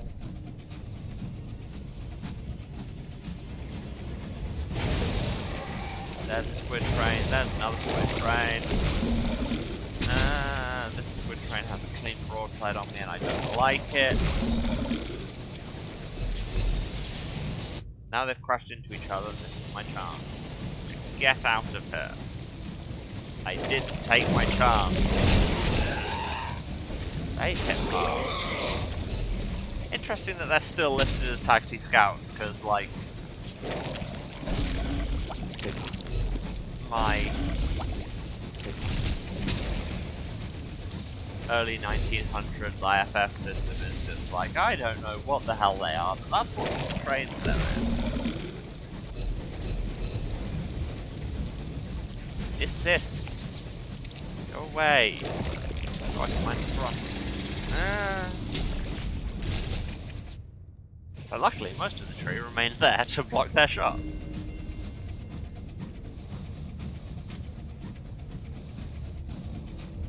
Have I mentioned recently how much I hate hybris? It's a lot.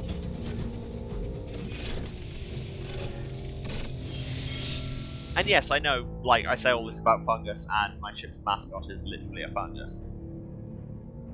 But hey, he has a moustache. The crew requests a little R&R. They follow you out into what passes for a meadow between livid mushrooms and oozing pollets. The silence of the place hangs heavily on you. Some of the crew attempt to break the balance from days. Yeah, join the crew. Have a sing-song. Your voice is cut into the still meadow air, easing the tension. Even in a dark place like this, camaraderie offers warmth. You return to the train feeling considerably better. Yay. But anyway, we've got some drugs to drink. Well, let's write this port report first. Drink the honey, clap, clap, clap, clap. You locate a comfortable armchair in the Brendan and pour yourself a small measure of the honey into a little teacup after you've cleaned it of the mushrooms. The panicky factor has refused to partake. I'll keep watch. Besides, I don't know where it's been. You dream of a revel in a forest, a real forest with trees and vines. Young men and women run through the trees laughing and dancing while serpents swing on through the branches. A large woman serves you tea. A straight-backed, vicious lady invites you to play cricket. She's a mean batsman. They do not speak of former times. Their voices ring in your ears as you wake, lost in terror. And yes, we found the missing colonists who appear to be out living their best former lives in a Hungary.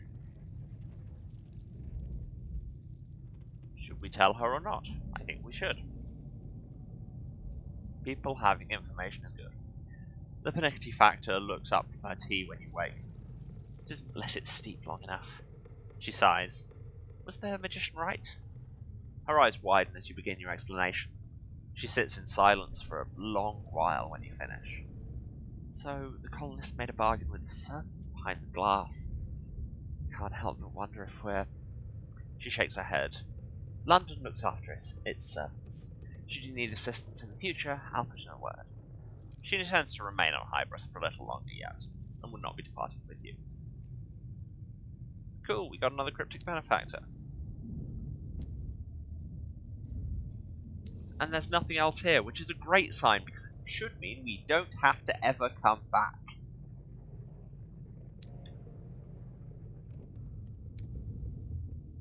Okay. I will unfortunately leave us paused in horrible Fungus land, because I need to take a short break, after which we will go to Albion. It's happening. We're gonna... No, we don't even need to stop off at the circus now. We're going straight to Port Prosper, and thence to Albion. So it is written, and so have I said on the internet, and so shall it be. Okay, so, yes, I need to take a break, 5-10 minutes, to just get water and remember how muscles work and all that good stuff. I recommend everyone do the same. Get up, stretch a bit, have some water, all good things. And I will, and I'll run some ads because Twitch wants me to. But I will see you again in about 10 minutes.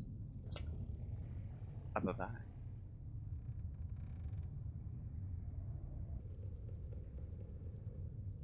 Hello, we are back. Shall we get out of this benighted fungal wasteland and never return? I think we should.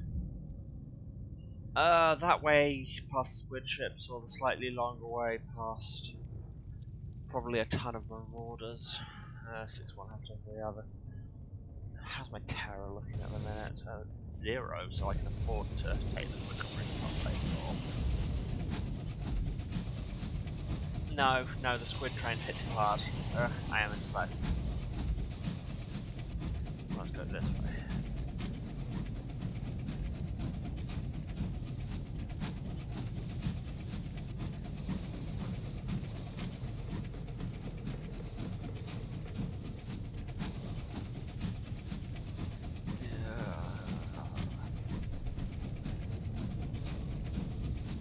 I know I keep saying that I'm deeply uncomfortable.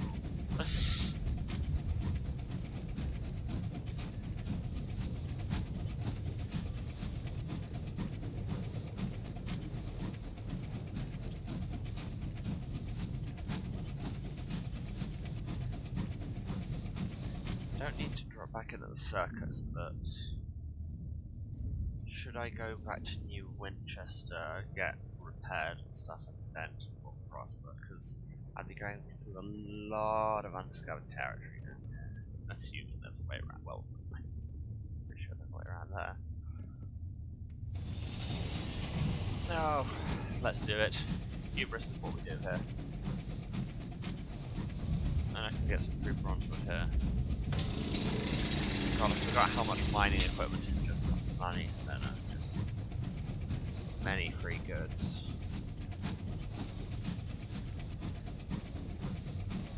Many and various. And this marauder. I have the jump on and a nice green side. Enjoy the taste of my new gun!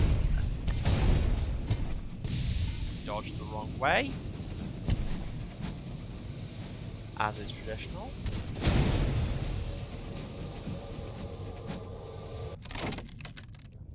Oh, let's just get some cash. Hold 21 supplements. Yeah, hunting these marauders down is not lucrative.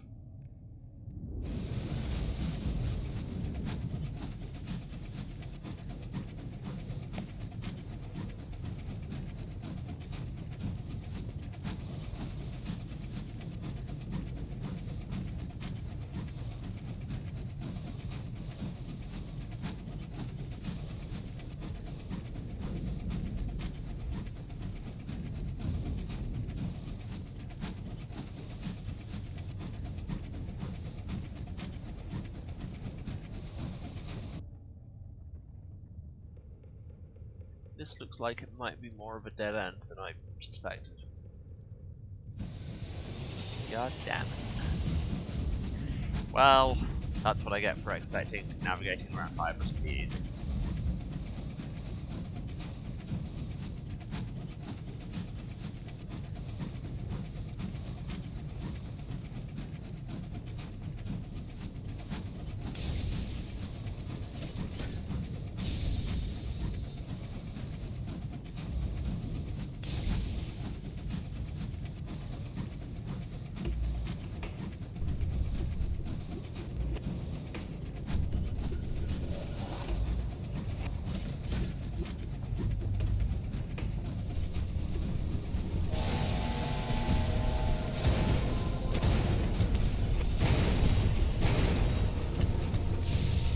Okay, dodge the right direction, but too late, so.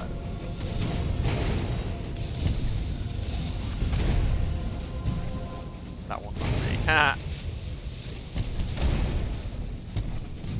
Okay, that one's also on me. Stay mobile in a dogfight, even when the dogs are trained.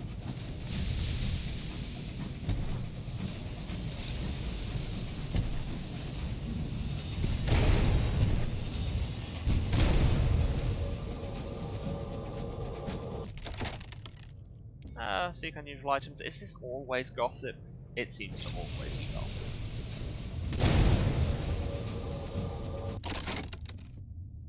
And get some repairs, because we spent too much hull doing that. And get moving again. That is a foreground rock, don't run into it. Normally I overcompensate the other way, assuming the background is foreground.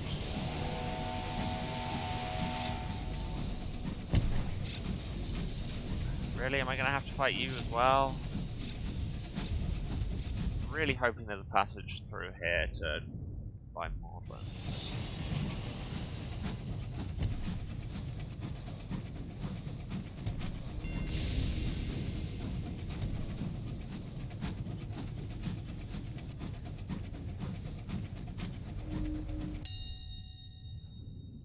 Strip this ship for repairs as well.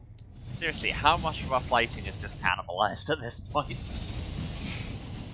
Find some 3 hours.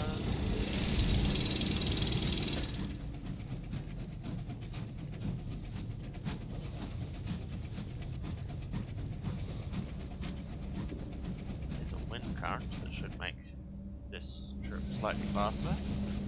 Assuming, of course, that we want to go in the same direction as it does.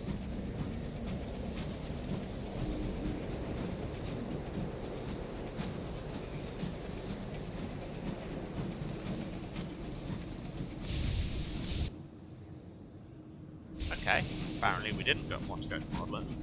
No, I think it would be best if we stopped in New Winchester. It's a little bit of a drive, but that way, yeah, especially because I'm low on fuel, we can refuel, restock, sell some of this random crap we picked up, or maybe keep it as trade goods. Always good to have some stuff on hand. They don't have to go seeking everything first principles once you're asked for it. Here's a homestead.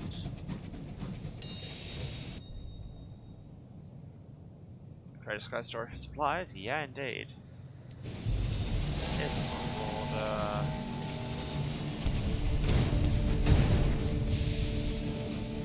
Didn't dodge soon enough.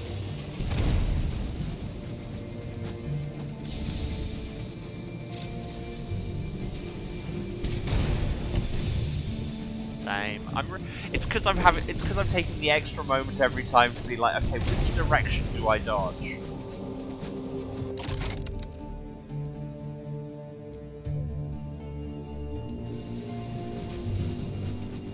And in that moment, I should actually be dodging.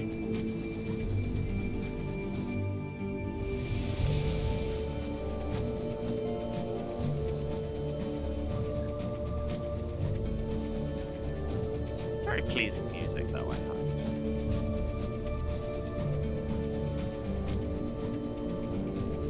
The music creates a very chill ambiance that is in no way reflected by the general horror.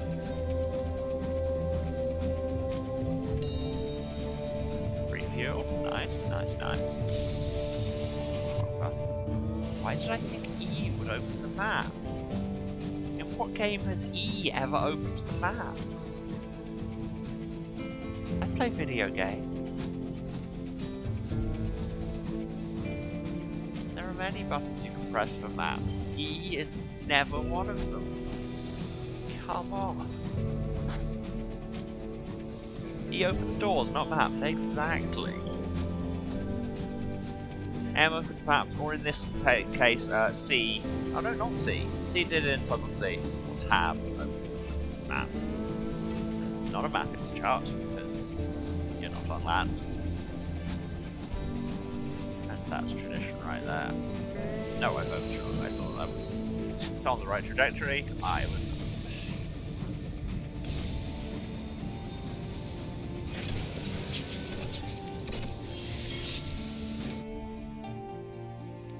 Anything new in the city? No. All good. Fully repair the hull. Don't need more crew.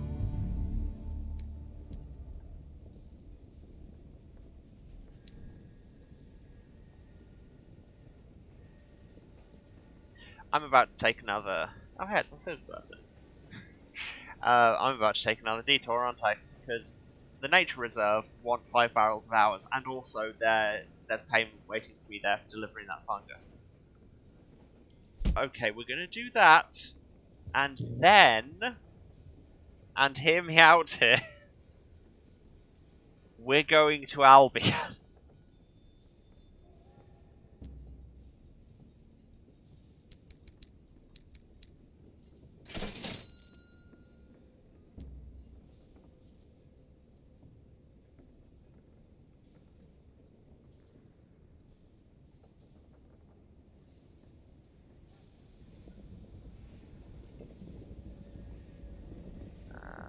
No, I'm not gonna buy any upgrades yet, because like I say, they should get in London.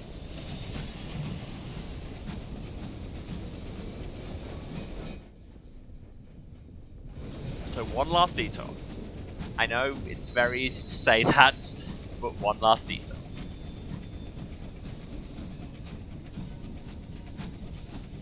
Oh, but then we need to go somewhere where we can get out. And we'll need to pay for transit. unless we can get some ministry permits, which I doubt.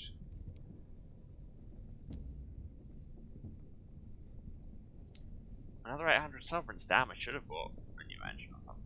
Oh well.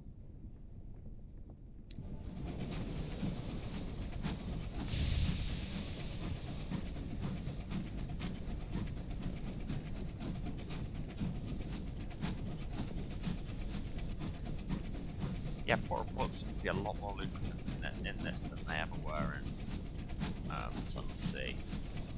Or maybe that's just the sovereign echo exchange rate at play, you could say. I mean, I say who can say as though these are grand unknowable things. The crew of Fair Better Games could probably say on account of they wrote it, but hey.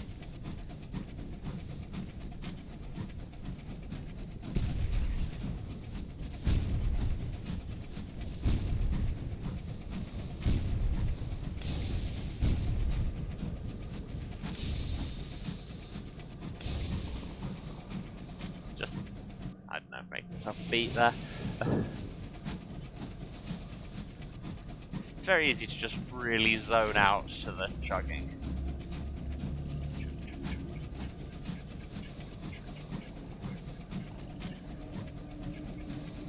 And so on and so forth.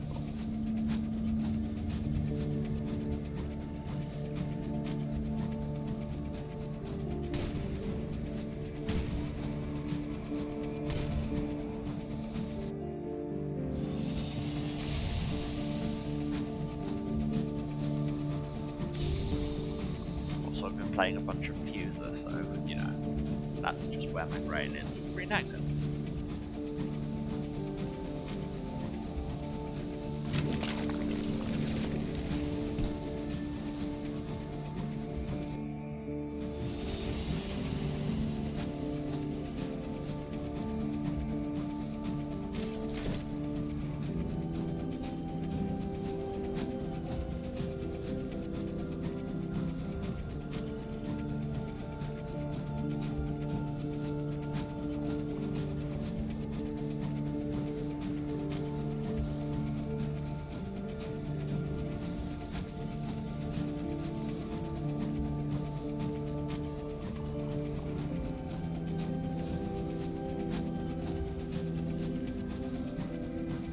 And here's the nature reserve.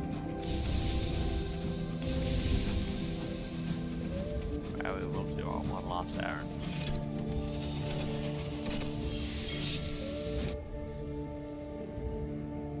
Let's produce some terror. Get a port report. I'll say export sapling knots, but if they don't want it to go to... No, it's going to Winchester. I guess that's kind of on our way. Oh god. Bazaar. Have hours.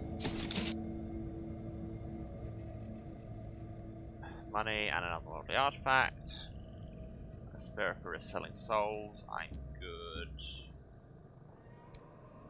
Supply those.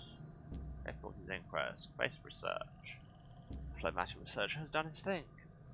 Phlegmatic Researcher's table is covered with thick grass, growing rapidly. His colleagues are celebrating vigorously, more so even than last time. A scout is singing loudly, if tunelessly.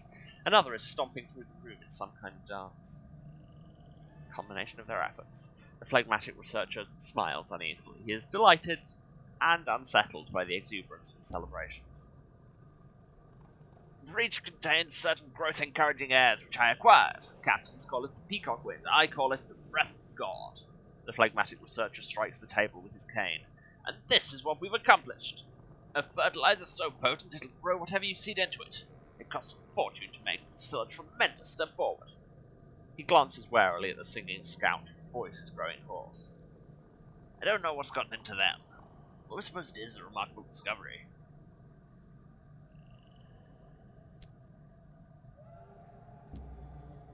But wait, there's more.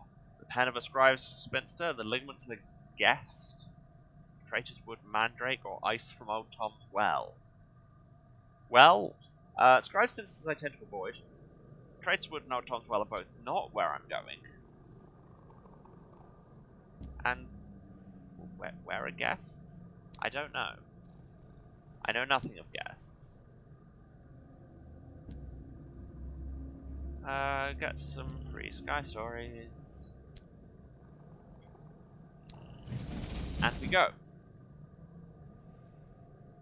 Right, we need to be able to pick up some hours, so we're going to have to go to Lustrum on the way, where we might kill a scribe spinster, but even if we do, we are not going back to the nature reserve.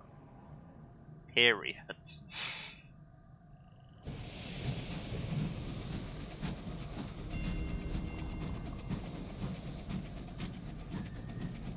Also, if we run into a scribe spinster, I will probably run away. Oh, hey, bees. I have no need to pick a fight with bees right now. The bees may live, as I yet live. A sentence which makes little sense when I said it out loud, also in my head. And I might stop in a New Winchester to deliver these south miles. Actually, no, it's too far. It's too far out of my way. We're going to Albion. I need to go to Lustrum to pick up a couple of barrels of hours for the journey.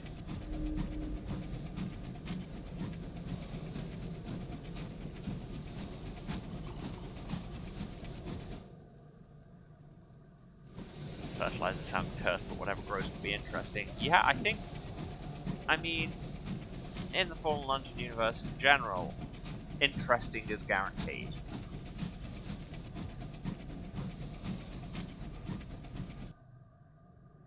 Whether it's a good or bad kind of interesting, or often both, remains to be seen.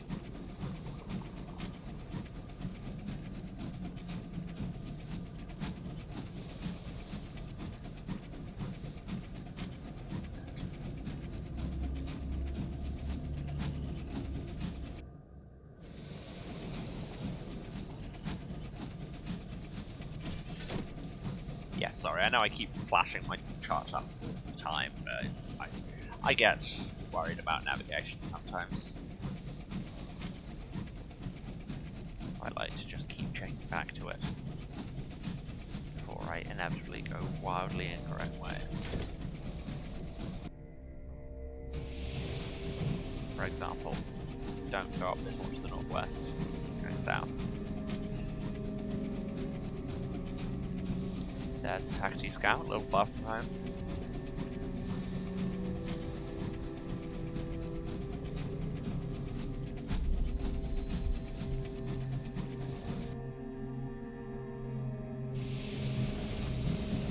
No, we need to keep turning further.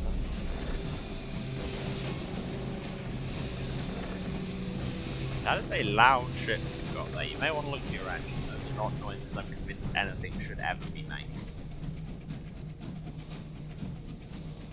Here we get to, is this the Desolation of Saliba? Yep.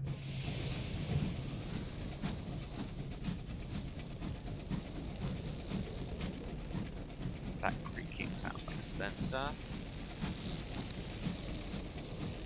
It is. And it's pissed. Or not. No, I can just go. Alright, thank you. Have our correspondence ruins, so keep moving. Because this isn't good for our Terra or my ears. Speaking of not good for my ears, that's scribe spinsters screaming and then shooting at me.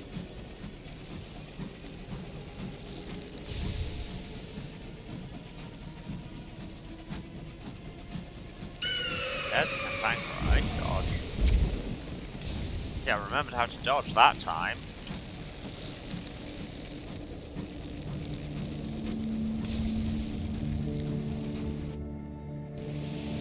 Okay, then just due west of here and we're in Lustrum.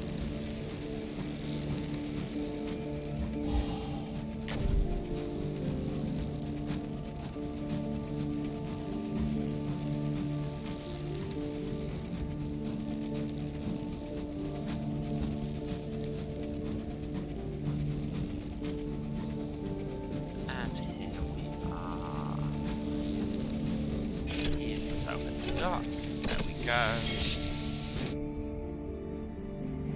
Anything interesting? More reports. Lustrum.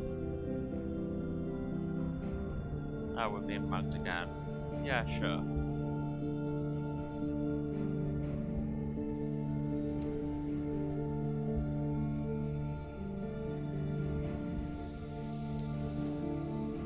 I don't care about any of these things. I just want a couple of barrels of hours. I could afford to have got like 3,000 sovereigns.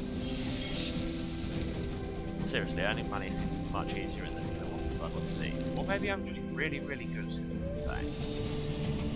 Okay, south to Port Prosper and thence to Albion, I promise.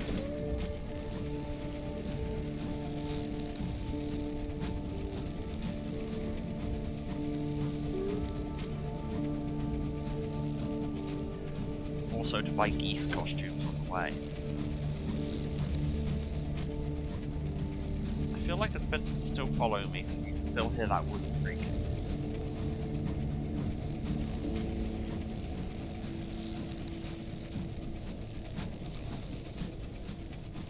And I dislike it.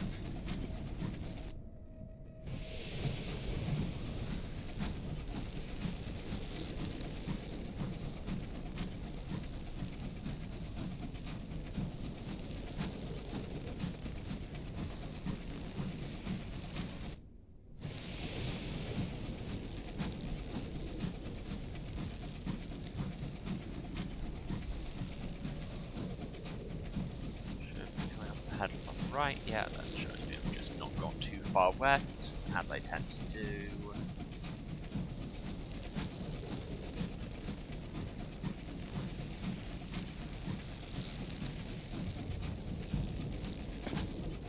I need to stop punching the mic. Here's a signal box that I don't need. Let's just read the ledger. Gain 2 Sky Stories.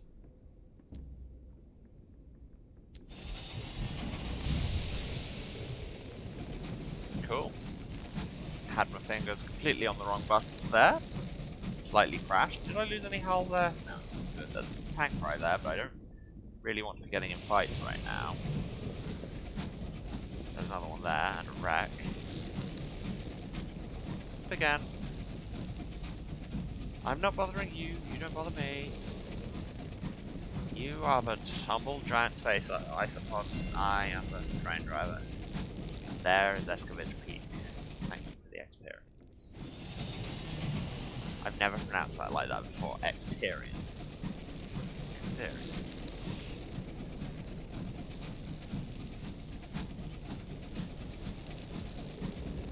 Me, you get hung up on linguistics now.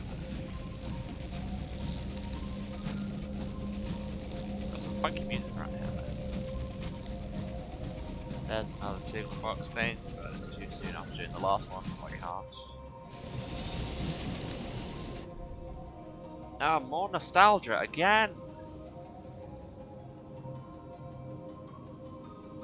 Now we can buy more supplies at Port Prosper. Oh, the knees up failed.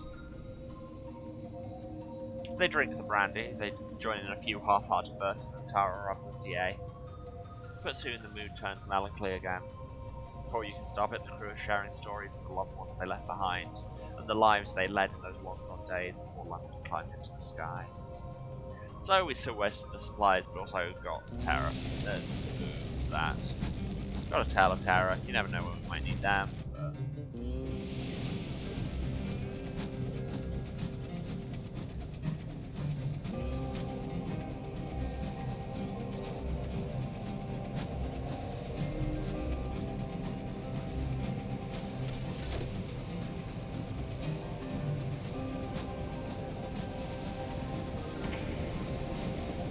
Everyone saluted to the Mornington Abrahats ban.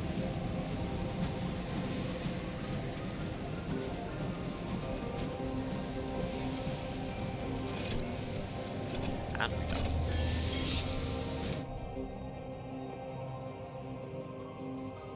Do a port report. Buy a costume for geese. There's a tailor in the West End who, they say, once made emergency repairs to the captivating princess's dresses. She accepted the work as a favour. The tailor, needle in his mouth like a cigarette, holds up a hand while he searches for the garment under his desk. He piles up a few shoeboxes and grins. I think I really captured the spirit of the Reach with this one. I'm sure the geese will love them. Especially the boots. Not convinced, geese don't love anything other than chaos. But also, we can attend the Grand Ball.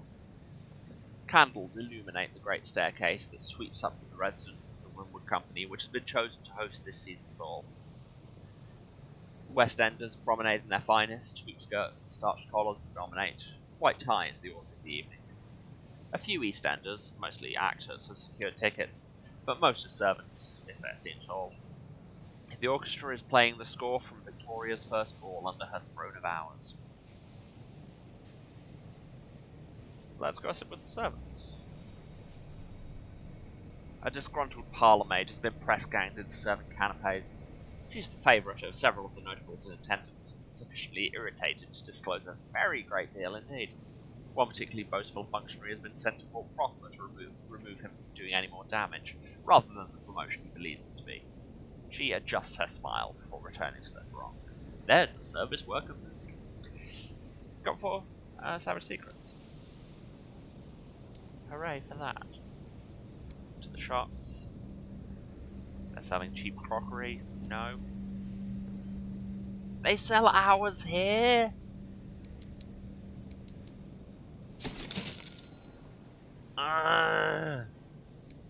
Damn it. I'll take one more of each. Well, that was a whole massive detour we didn't need. Well, I guess I know it now. But anyway, shall we actually go to this transit relay, everyone? Yes, we've got a few more errands still need doing in the Reach, but most of them don't.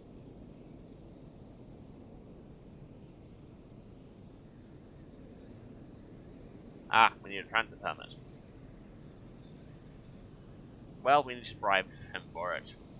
You must be circumspect. It's possible the poor fellow is afflicted with morals. 500 sovereigns, that's a pretty hefty bribe. But once you have a permit, we'll be able to travel.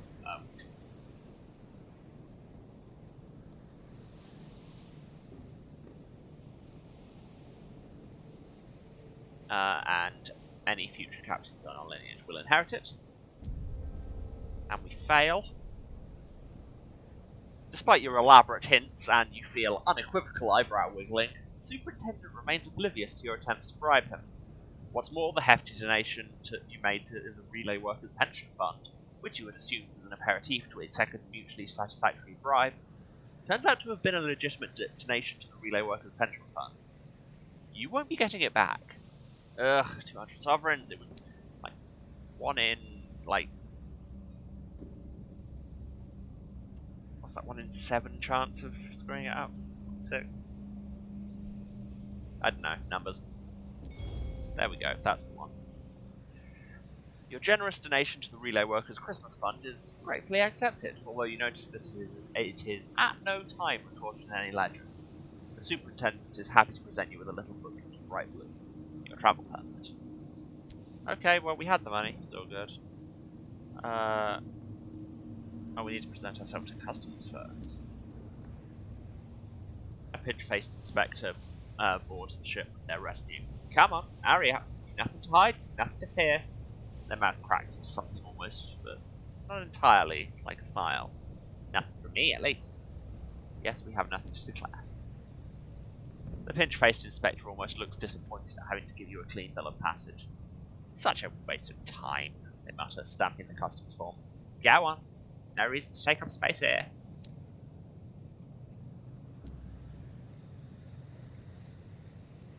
Second class, let's go.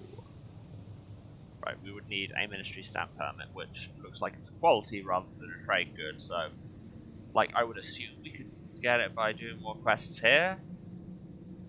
But I don't care. I'll pay the hours. Maybe I'll get it on the other side. You deliver the barrels to the relay's hour looms, which clank and grind. They spin a jacket of fresh time in which your locomotive will make its journey. Enclosed in your engine's pocket of hours, it's hard to say how long the passage will take. Unseasoned hours tend to be melancholy and anxious. Your journey is likely to be wearing. The machinery grinds and stirs. The steam vents. The sigils of the edifice burn with sullen fire. A force like a great hand seizes your engine.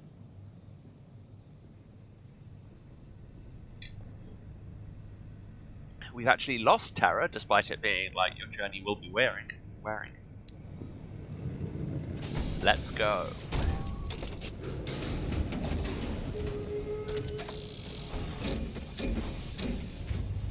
Yes, it's a Stargate. I had forgotten that.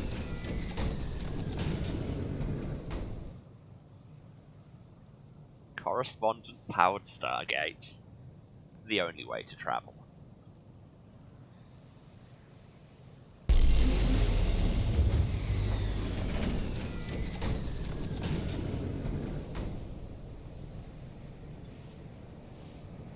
And here we are in Albion. Just checking what we will see at the reach transit relay. Dock. Yeah, again, it's hours. Or we can spend 200 sovereigns to travel without the hours. Okay, that's fine. But yes, this is Albion. Our chart is currently non-existent.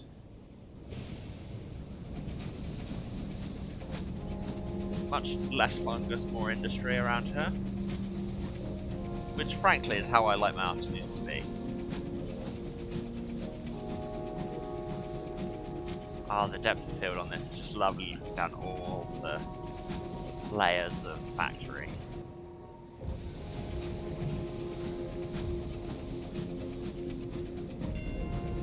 Brabazon Work World. Which is a station, if I can see where the actual station part is. Ow.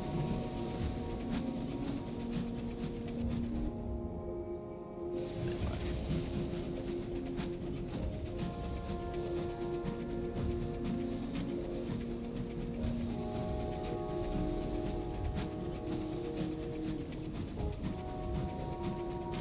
Got new music, got new ambience.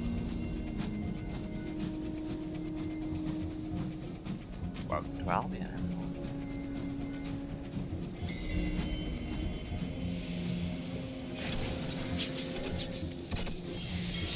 Let's explore some new places.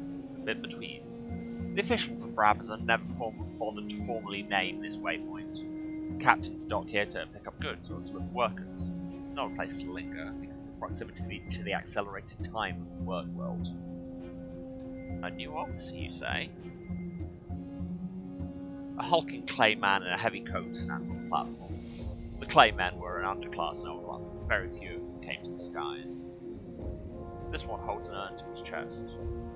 You are captain. Right, he says, nodding to the urn in his arms. Then I'm going to travel. He pauses for a long moment, and then, as if feeling something more might be expected, I can help out on your engine. Sure. I have so many sky stories. I have 21, I need 3. New first officer. You ask the conductor where he would like to hold the ceremony. He looks about confused, as though he hadn't expected the question. At last he comes to a conclusion. He says, indicating the crowded thoroughfare. You and a few of the more respectable of your crew gather for a brief funeral. Everyone has at least something in black. You offer the expected phrasings before pausing for the eulogy. The clay conductor shakes his head. He grunts. No, seriously, I think you should really speak. Also, is it me, or does he look like Clay Daniel Craig?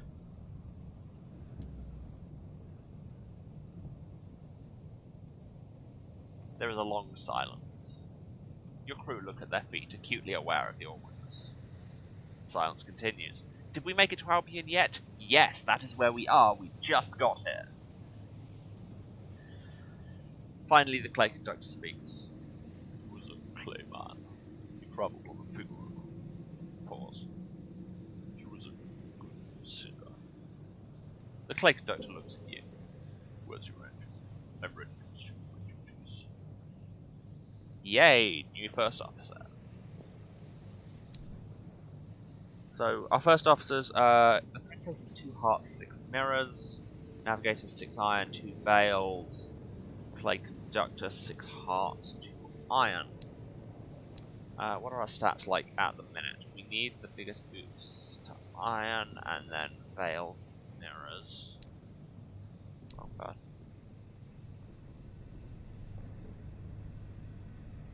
So it might actually make more sense to switch to the Fortunate Navigator.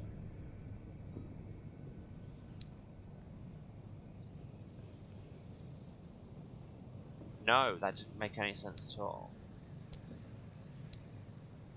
Wrong button. So, what's that? 34, 35, 34, 34. Yeah, okay. I'll live with that. But also, we can talk to him. Aha! I can already advance this quest because I have some Nectar kicking around. The Clay Conductor has taken a berth in the back of your locomotive. He has made no attempt to personalise his cabin. All of his things, including the urn with his friend's dust, are stuffed into a suitcase that sits forlornly on the floor. He performs his duties with plodding diligence. He keeps up the maintenance of the engine, ensures things run as he would wish them to, and ostensibly looks after the crew. He does not socialise, and when not working, keeps to his bunk. You've overheard him attempting to sing, but he gave up quickly. His voice was gravelly and out of practice. Some Nectar might help lubricate the vocal cords. Well, it might. The Clay Conductor fetches a spoon and several lumps of sugar. He mashes the lumps into the honey, then gargles the concoction. When he's done, you wrangle a little of his past from him. The Clay Conductor was in the Clay Choirs. His dead companion was a very talented Clay chorister. I have hopes of finding someone with a voice again. What kind of chorister? I've heard tell of the Clay Man in the most possibly. The Clay Conductor tails off, clearly desiring your assistance, but unsure how to formulate the question. He stares at his feet instead. So the Most Serene Mausoleum, that's not a place we've heard of. But yes, anyway, we're at Brabazon Workworld. They have hours going cheap. I might buy a few barrels of hours because they're always good to have around. Also, they sell fuel and crockery. Okay, but actually, Brabazon Workworld, the first workworld to be established in Albion. Working here, debtors can escape prison. Working here, debtors can escape prison. They remain until their debts are repaid and a ticket away has been funded. The primary industry is that of hours processing, which has the side effect of accelerating time on the workworld surface. The dock is between the Brabazon Workworld and Little Nice, where the more privileged overseers reside. The dock is, for Captain's sake, nearer Little Nice than the Workworld. Unexpected aging would deter even the greediest captain from arriving. So we can go to Little Nice. We can join a tour because we have some hours to donate. We can join a tour by donating some Savage Secrets. We can attempt to converse with an Overseer. We can help the driver hunt for the verdant fragment. That was a thing. We could also, in theory, if we had a ministry permit, get a tour from that. Or whatever that means. Okay, so searching for the verdant fragment is good. 0% chance of success, but it just gets easier the more places you go. Oh no, it failed. The incautious driver spends hours sniffing the air in search of familiar spores, but to no avail. We should try somewhere else, they reluctantly decide, shuffling with uncharacteristic glumness back towards the train. That's fine. Let's go see the governor. Thick double doors separate the bit between Little Nice. The fresh air of this pretty village is in sharp contrast to that near the dock. Little Nice is entirely charming. It's populated with carefully unique houses, painted in a curated array of colours. Overseers in striped blazers tend the topiary and maintain the paintwork. Behind a water feature bustling with cherubs is a cottage with an out-of-place little tower. This is the home of the governor of Brabazon. Well, let's write a quote report. Brabazon Workworld is one of several, but it's preeminent among them. As a major industrial centre, it's of interest to many. The overseers here work hard to ensure Little Nice remains perfect. Freshly painted fence curlicues to the newly mown grass of the lawn. It's hard to get a sense of what's going on in Brabazon from your current curated surroundings. The overseers themselves are no use, they must have been briefed. Each gives you clearly sanitized information. You only have to speak to 4 before you hear a repetition. You'll have to go down to the work world itself to learn anything true about Brabazon. So, I need to be on the other end to get a report, that's fine. Converse with the governor, bring gossip to State T. Well, we have 10 gossip, so... He points out a plaque on the wall. This is a list of the original donors who helped us set up Brabazon Work World. They've all contributed to this place, a place where the destitute can learn new skills and find a home. He leans back in his desk chair. Some donors visit Brabazon to ensure that good work continues. We got a tape. Let's go back to the bit between. And let's join a tour. The overseer listens intently to what you have to say. Useful, I think. We shall see what can be done with it. She directs you to a group by the tour leader, who shepherds you all into a side. The tour leader hands out thick cloaks to keep off the smut. The group covers itself. The hood lends one woman with her hair coiled up high on her head, an awkward shape and an unexpected height. Satisfied, the tour leader begins a briefing. The tour leader presents you each with a carriage clock. As you know, time on the work world moves more velocitously than it does outside. In order to exempt you from the effect, you have the loons spin a fold of external hours to cover the tour. Please carry these carriage clocks. They will show you how much time your protection will last for. Please don't stray. He pauses for emphasis. It is crucial that you stay within the tour. If your time runs out every minute that it takes for us to realise the hours for you. There is a flurry of anxious whispers. Once it's subsided, the group is led onto the work world. Your group is accompanied by 2 overseers. The overseer bringing up the rear is a woman in her early 30s. She checks her carriage clock impulsively. Our first stop on the tour is the Brabazon rug weaving workshop. The overseer beams and gestures for you to enter a building larger than any other on the street. Didn't scroll down for some reason. An attractive young worker leaps up to greet you. This workshop was built thanks to the generosity of Lady T. Please admire our beautiful handcrafted rugs and weavings exported for sale in London. Workers here gain skills that can support them for the rest of their days. The group of workers nods and smiles at you. One stands to better display their work. Another thanks you for your visit. The youth is the last to see you out. Perhaps I'll see you elsewhere in Albion. Smile at the workers. They smile back, and their smiles are as stiff and rehearsed as the line the youth delivered. The talk moves on. Next up, the glass work. Moving on from the rug workshop, the tour is directed towards a glass factory. The area is yellow and small. A fascinating aspect of Brabazon is the mutually beneficial relationship between the place and its workers. The overseer makes a sweeping gesture. Make note of this smog. I'll explain more inside. It's not scrolling for some reason. The building you enter is heated by vast furnaces and ovens. Workers are blowing molten glass. The smog prevents much of the sun's heat from reaching Brabazon. Without factories such as this, Brabazon would freeze. The workers keep the factories alive, the factories keep the work world, and it becomes a pleasant place to live. Here, work enriches life. Several of the group coo in admiration.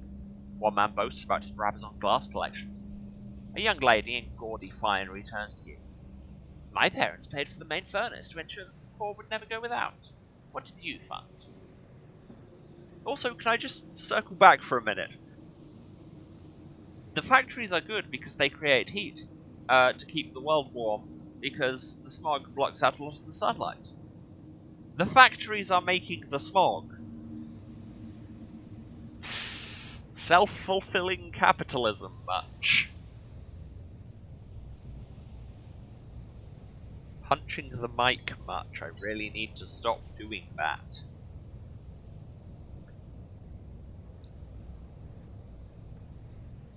Do we want to tell the truth, or declare that we paid for the building? No, let's tell the truth for now. Let's not give ourselves airs. Confess you're a locomotive captain, traversing the wilderness, defeating horrors, delivering goods. But perhaps one day you will engage in charitable endeavours. The young lady blushes. So dangerous. So romantic. That sounds much more fun. It's difficult. Perhaps my parents will buy me a locomotive. She seems bored for much of the rest of the tour. It seems the thrills of your profession outweigh the charm of inherited virtue. Got some gossip. The tour moves on through the upper layer of Brabazon towards a refinery that belches heat like a dying dragon. Please line up here. That's it. The overseer indicates alongside a long glow window. It's been recently cleaned to a shine. Inside, hard-working souls refine raw hours imported from the reach. After this process, they may be spun in hour and put to use. He taps his carriage clock as an example. The refinery is a clamouring, roaring space of long benches, sweating workers, and rolling smoke. The overseer explains. The geodes containing the hours are cracked open, and the fibrous strands of salt-like time are separated with small chisels and saws. Men and women do the former work, children the latter, because where would capitalism world be without some child labour? The filaments are then passed through a series of furnaces to remove impurities, which are in turn rushed away in an indigo slush. The slush is raked to ensure not even a stray minute is lost. Once the seconds and minutes and hours are extracted, they're seasoned, taken from a very high temperature to a very low one and back. After this, the tangled clumps, the colour of the sky just before dawn or after dusk, are carded and wound onto spools in long filaments. The overseer raps sharply on the window. As one, the nearby workers look up, smile and wave. I will linger and watch after the tour moves on. What do they do when they haven't got an audience?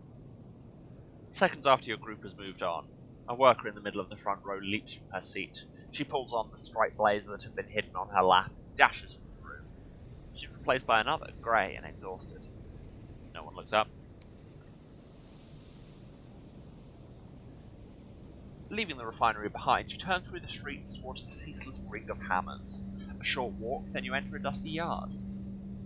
The tour leader adopts a noble frown. Unfortunately, not all work on Brabazon can be creatively fulfilling. We also produce raw components like gravel and aggregates. Love my workhouses to be creatively fulfilling. You've looped back to a yard near the bit between. The second overseer is already there. Men and women, hard with muscle, bright with sweat, and raking rocks with sledgehammers. They wear vests and breeches with cloth masks to keep out the worst of the dust. We equip our workers with safety gear just in case prolonged exertion in this air might prove unpleasant. As you can see, the regular exercise ensures they're strong and healthy. Many leave Brabazon with athletic inclinations and see fitness as a profession. A stout gentleman with a molecule? I mean, presumably he has many of those. A stout gentleman with a monocle sidles up to you. This whole place is just marvellous, eh?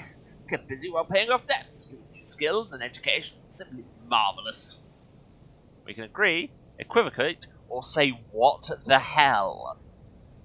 Say that we are repulsed by the whole thing because it's a planet-sized Victorian workhouse.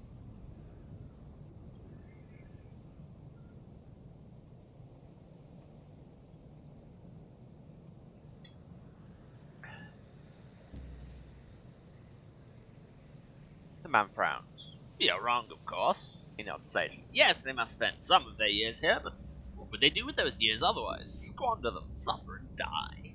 His expression is condescending. Better the improving conditions of honest work, don't you think? You refrain from punching him in the smile. Which, frankly, I think shows remarkable self-control on our part. Come on, come on. The overseer is gesturing at you angrily. Can't waste another moment. We have to leave. Now. It's important that we return in plenty of time, so I'm afraid we'll have to end the tour here. The lead overseer circles the group, shepherding the huddle through the doors back to the bit between. The second overseer takes a head count. A poor one, for she double counts twice before giving up. Nevertheless, she signals her partner to go ahead. I hope you've appreciated our little tour, and we shall pass your thanks on to the workers of Brabazon. Perhaps when they've paid off their debts, you'll see them again. The overseer shakes the hands of the most prominent donors. Of course, this entire endeavour is thanks to your generosity, he murmurs to them. While the group preens, he collects the carriage clocks.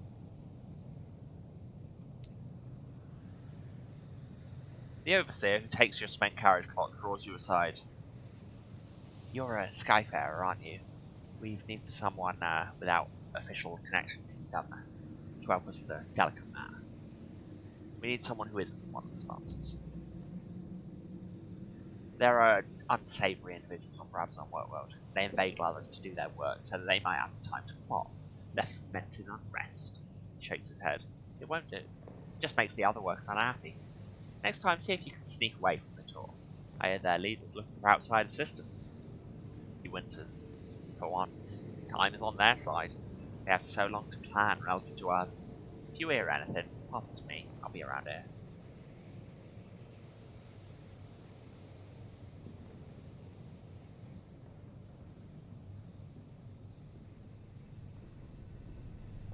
I'm interested in taking the side quest, but the chance to say this place is an abomination and revolution could only be for the best.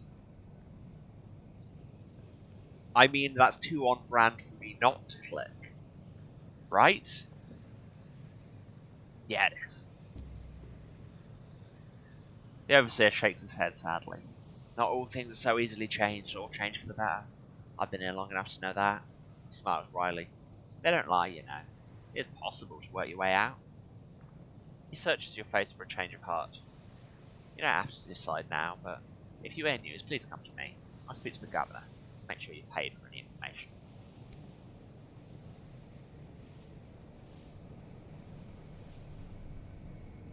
Let's attempt to converse with an overseer. The overseer is folding his work cape up rather than hanging it. He places it in a storage bench opposite the dock. He beams when you approach him. I've been promoted to gardener. I'll be living and working in Little Nice from now. To think I was warned away from playing with the donors. Lovely. So, should we take a tour and see what we can see? I think we should.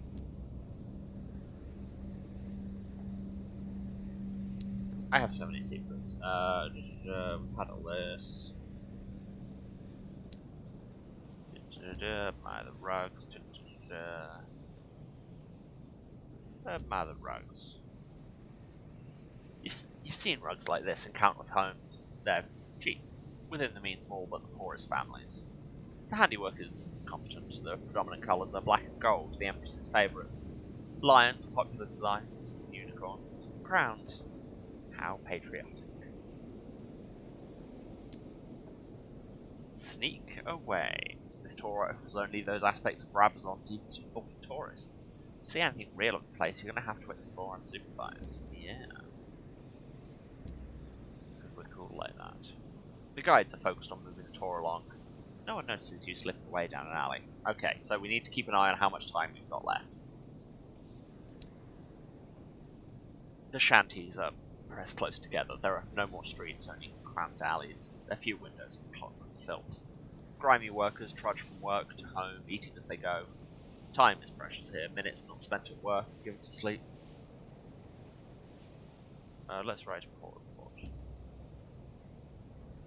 Industry is booming here, as always. Labour is cheap, demand is high. Discontent simmers among the workers, but the one who wants to prove valuable are promoted to oversight positions. The wheels turn. Brabazon persists. Explore the true Brabazon. A thin, determined girl pulls a handcart along the street. Lying in the back is a rag-wrapped corpse. Many fail to pay off their debts in the work world, and end their days here. Should the deceased have any debt still owing, it will now become the responsibility of his descendants and relatives.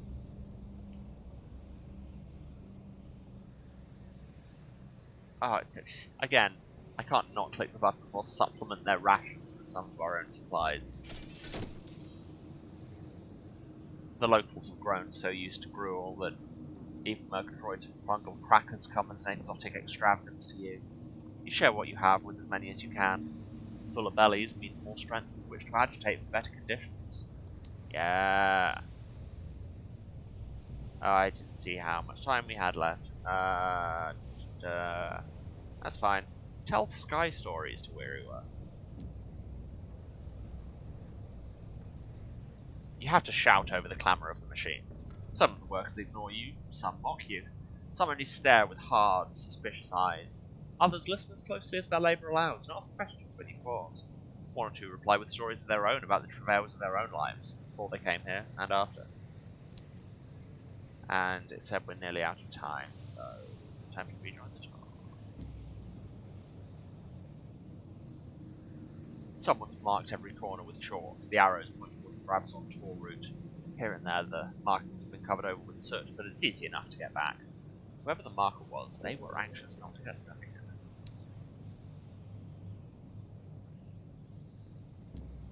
Yep, finish the tour. So we've agitated a little. I imagine we can keep going back and giving them more supplies and stuff. For now, I feel we should move on. Wait, I already looked there. Now, is that background? Yes. Because I'd love to find London.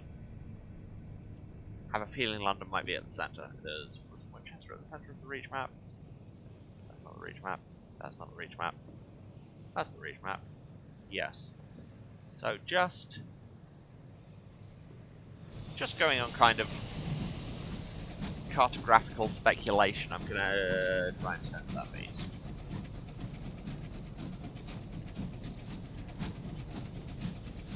I'd like it if we could get to London before we finish today.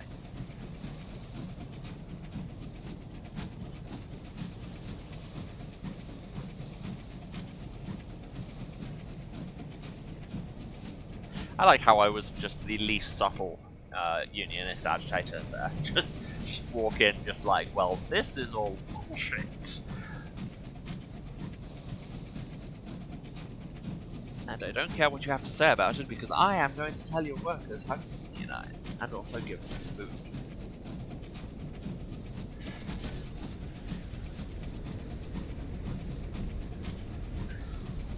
Oh, this is another well. Or is this the Well of the Wolf? Please say this is the Well of the Wolf, because the devil wants to go there. The storm that speaks. Is that the same thing? Or is this a different thing? Or is this something I should be avoiding? I feel like I should be avoiding that. That's a deranged dreadnought. That's very bad. I'm running away. I am not remotely tangling with that.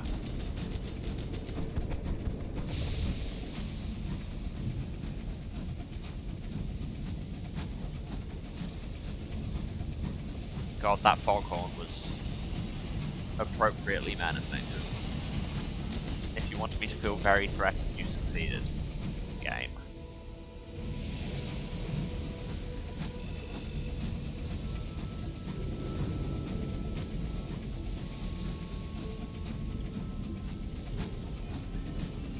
I feel the need to stick my head out of the window and just be like, excuse me, you there, boy.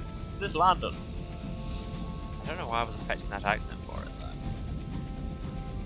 Where's the cute little ships?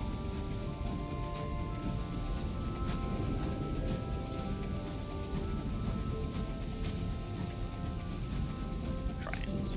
Keep calling them ships. This is a different game. That's a platform. Ministries.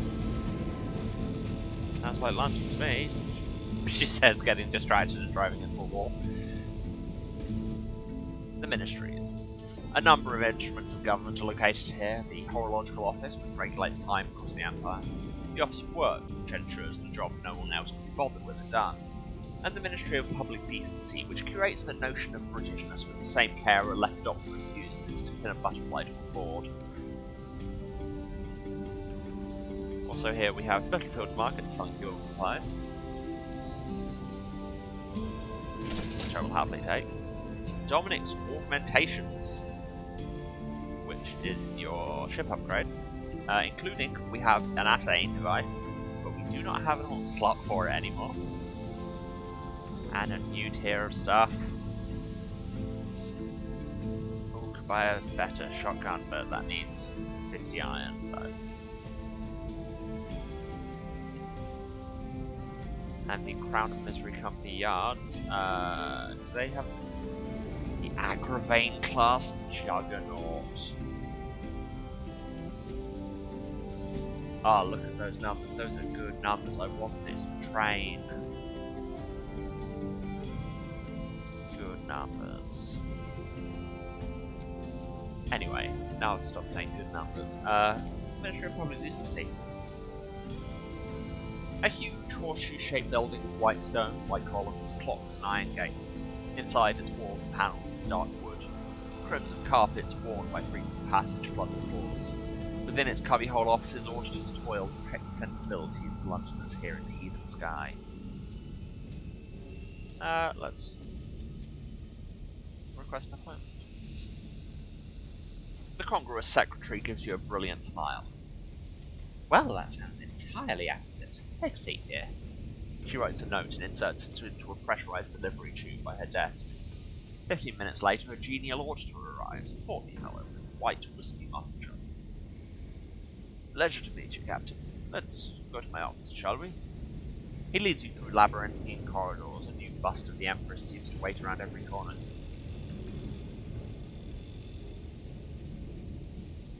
Let's take tea. His office is poky, its walls lined with leather books. The clockwork sun glows in the window, rose gold in the smog. His window box holds a spray of decorative fungus. He sits behind his heavy, many-drawered desk. Well, what can we do for you today? His whiskey muffin chops quiver eagerly. What do you do exactly? A mill makes grain, a factory makes... I don't know, socks and so forth. We, Captain, make Christians. A priceless commodity here in the heavens, but cradled, nurtured, and nourished. Without it, we would lose ourselves. He looks out of his window, unsettled. We are very small, you see. The sky is so very big. And who determines what constitutes Britishness? Why, we do. In consultation with the most impeccable sources. He indicates these beautiful books on his shelves with a smile. Spencer, Tennyson, Blake. Payne, you ask? Hardy? Mary Prince? No, he frowned. No, not them. Look at all these great British authors. What, like all these socialists? No, not like that. How does the Ministry pursue its task? You've heard of their zeal, of furnaces to which inappropriate books are committed, of corrections to venerable works like Shakespeare and the Bible, of their printing presses rattling out endless public information posters. Firstly, with the truth, which is not, I must make clear, the same as facts. Facts are good. Anything. The truth is straightforward. It puts us on the right path. Wait, this is Paradise Killer. What are you talking to me about? Secondly, by respecting and preserving our traditions. They are not quaint, they are not outmoded, they are tried and tested. After all, they brought us here, didn't they? Yeah, speak for yourself. What does the Ministry consider an enemy? No, the obvious, of course. Revolutionaries, rebels, strikers, the morally depraved, those who besmirch Her Renewed Majesty's good name, God save her. He rubs his chin thoughtfully. There are newer, more seditious dangers, too. We stand in the vault of heaven, and we must defend our way of life against the enticements of the new. A finger is not more precious because it is strange. People forget that. Okay. Toulou, he calls after you, turning his attention back to a French man. French? Wow, words today. A fresh manuscript on his desk. He tucks and takes out a pot of blanking. Black ink and a heavy pen. Oh my god. Words.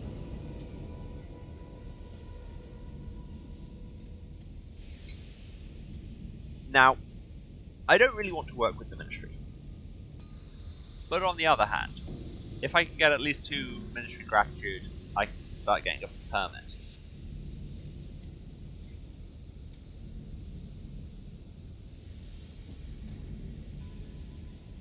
He listens intently, writing notes on a pad of paper.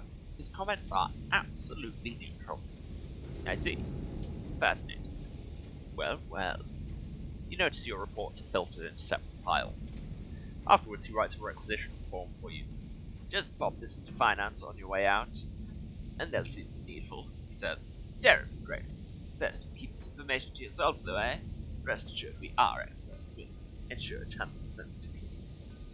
Gain 1 the strength of the sun. Meanwhile, in the Office of Works.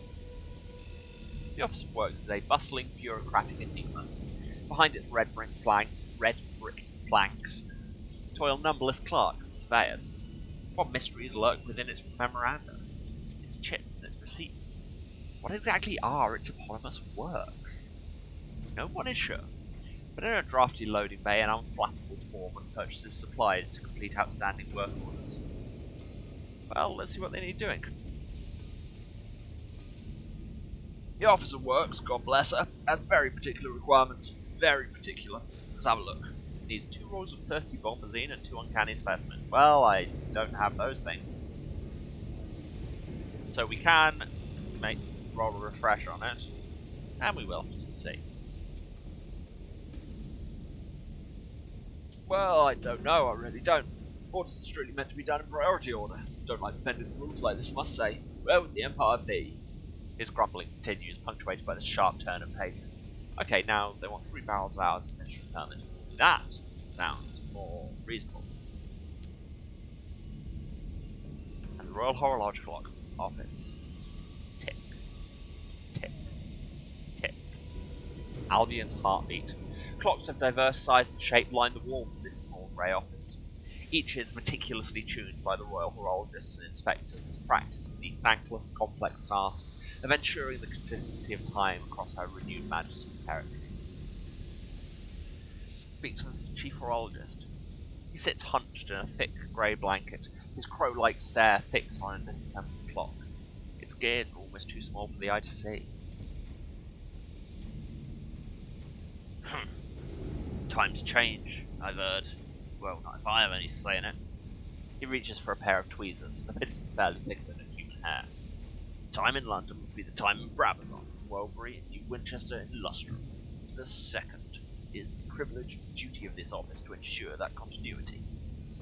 He sniffs, a task that was considerably easier before we began spending hours like shillings and sixpences.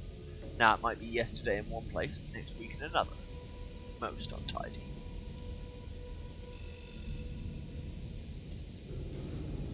Look at the clock of Albion. From this side it's a polished wonder of valves, pendulums, and cogs working in perfect harmony. Only the finest engineers were permitted to work on it. Every component is encased in polished glass. The handles, sharp enough to slice paper. The hands, sharp enough to slice paper, slide between the exquisitely carved numerals with button smoothness. Only the second hand is permitted to jump from moment to moment, and it does so with the precision of a military march. Just for tourists, of course, grumbled the bleary-eyed apprentice. Albion times written based on the old Tin-Top Man pocket watch. He keeps it straight. He said that time on his 90th birthday, when he had too many. Well, I had one too many, and the whole of Albion lost 2 hours. And sorry, describing clocks in this much detail is like the exact opposite of when they were getting me to describe fungi in a lot of detail, because this is basically just porn. Simple pleasures. Examine the array of clocks. They all have the names of ports within Albion and Reach, Lustrum, Brabazon, or Prosper. Despite the vast distances involved and complicating effects of local hour usage, all the clocks show the same time. Each of London's territories is expected to run on Albion Standard Time. But London is a long way from them. Despite being a commandment from the Empress's own lips, it's a law much more often reached than observed. Ask about the nature of hours? Their use remains poorly understood.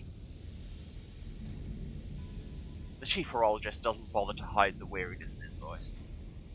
No, despite the imaginative claims of certain penny dreadfuls, hours can't take you back to yesterday, nor leapfrog tomorrow. With the use of hours, a week's journey can be made to take a day, or a prisoner can endure the 10 years of his sentence, while only 1 year passes outside his cell. The work world can perform a month's labour in a week. A lifespan can be stretched. The Empire Captain runs on hours. And inquire about employment? We knew a horologist once. The Chief Horologist looks surprised at your inquiry. Horologists tend to be cut from a specific cloth, a rather greyer fabric than that worn by a skyfarer. However, you have the right to take the examination if you wish. He blows the dust off a textbook and bids you sit down. No calculation devices or writing implements are permitted. Okay, the chief horologist peers over the book. If the current time of endurance is exactly 17:15 of the clock, and the time in Albion is 18:34, what, pray tell, is the current time in Lustrum? Hurry up. So we can pay in hours to skip questions, but if the time in Albion is 18:34, then the time in Lustrum is 18:34 because everywhere runs an Albion Standard Time. That's your answer? Very well, we shall continue. Now a tricky one, perhaps. Chief Horologist coughs. The train from the Brabazon work world arrives at 11:30 in London. The current time shown on the Master Brabazon clock is 14:30. If the train took exactly 1 hour to make the journey, it does not, of course. I merely offer this as a hypothetical for the sake of testing. What was the accurate time of its original departure from the work world? Well, if it arrives at 11:30 in London, and London is correct, then the train would have departed at 10:30. He pauses for a moment before writing your answer down. You wait patiently for several minutes, but the third question doesn't seem to be coming. The chief horologist's eyes have drifted closed. A thin string of drool dribbles from his otherwise dry lips as he snores. Nudge him, gently, cleansing pushing 100. No, excuse me. He glances at your answers. Well, you seem to have the idea. No point going through the other 248 questions. Congratulations, you are now officially a Royal Horologist, apprentice, 3rd class. He pauses. Speaking of which, I have an assignment for you. Temporal inconsistency, suitable testing of practical skills. Take this pocket watch. It's both your badge of office and your compass pointing to the correct time. Wear it proudly. Keep it well wound. Do not get it wet. Smaller gears are quick to rust. Yeah. So we are now an official Royal Horologist and we have an assignment in Carolyn. Go us. I want to find the another port. I want just kind of the central London one. Like main one, much the station, not a platform. Which is southwest.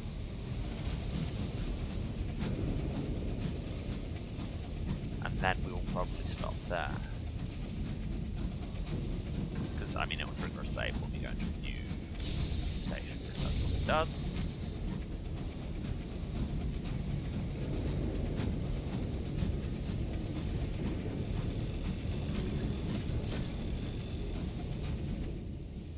Oh, it's still further west.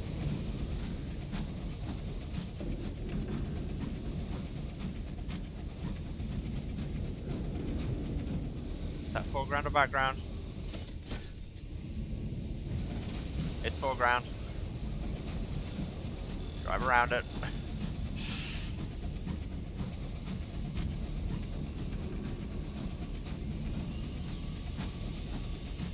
And there are the red lights of the station.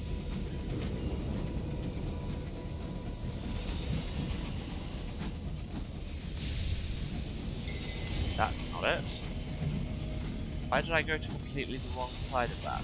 I did not read that. There is someone already docked? Question mark. I'm very confused. I mean, I'm also easily confused, but okay.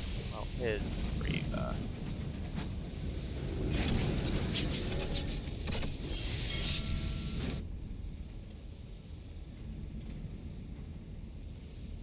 Okay, well, I've got to run through this until we get a free point. So Dominic's station is thick with crowds. Brass band plays. The force of the excitement is an unfamiliar locomotive in imperial blue.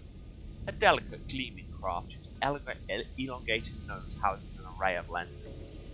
A top-hatted official from the Ministry of Public Decency is delivering a speech. The first of a fleet of new monitor-class locomotives. They will be Her Majesty's watchdogs, scouring the skies for the enemies of Albion. The crowd cheers. Well, most of them.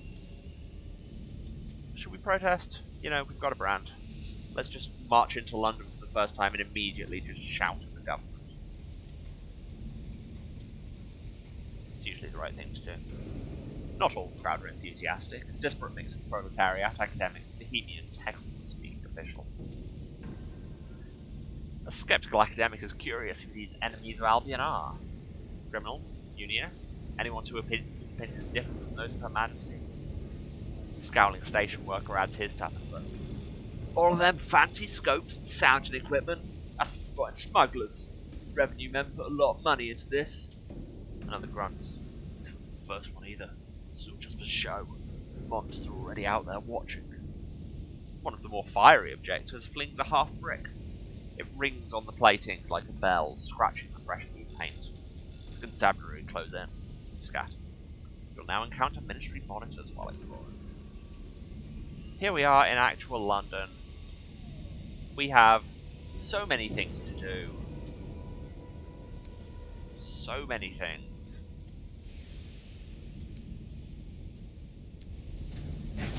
And I will undock the redock to trigger the save. And we will stop it there. We made it to London, I said we would. I said we'd do it today. Didn't say it would be right at the end. Oh.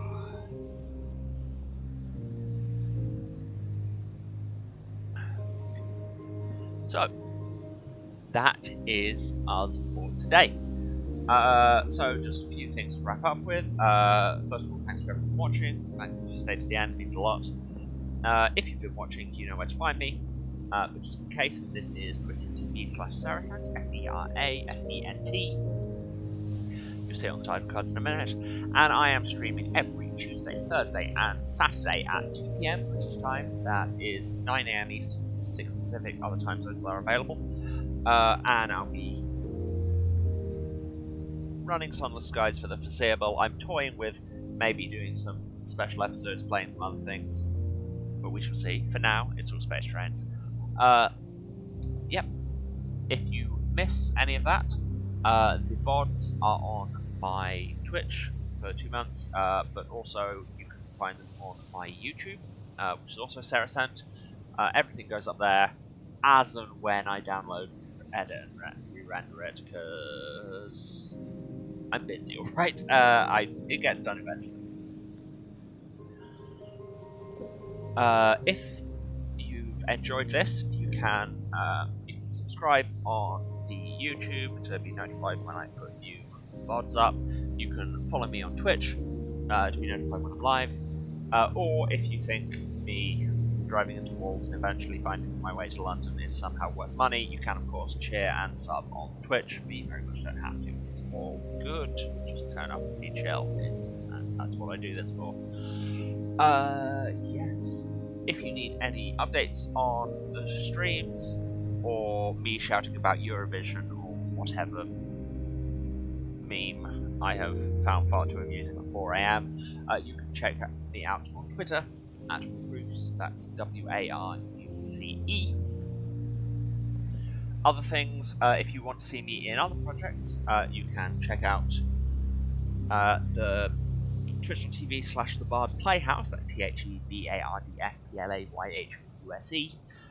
Saturday nights at 6:30 PM Eastern, that's 11:30 British time because I don't sleep, where I am playing in a Vampire the Masquerade 5th edition Fall of London Chronicle. It's a lot of fun. Had to miss last week because I was ill, but looking forward to getting back in there and making bad decisions and stealing people's phones again.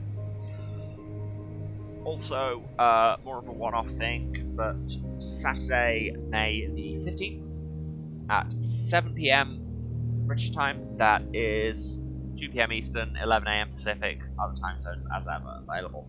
I will be on twitch.tv/IdleMichael, that's IDLEMICHAEL, good personal friend of the channel, and he's hosting the Cabinet of Logical Delights, which is his Twitch game show. It promises to be a lot of fun. The first edition certainly was. And this time I will be playing in it. That should be good. Hope to see you all there. I think that is all. So, yeah. Getting much more reliable at this whole wrapping up thing. It's almost like I do it 3 times a week. Cool. So, with that, I will leave you all. Love you all. I will see you again on Saturday. Hydration Cult Gang Gang. Goodbye.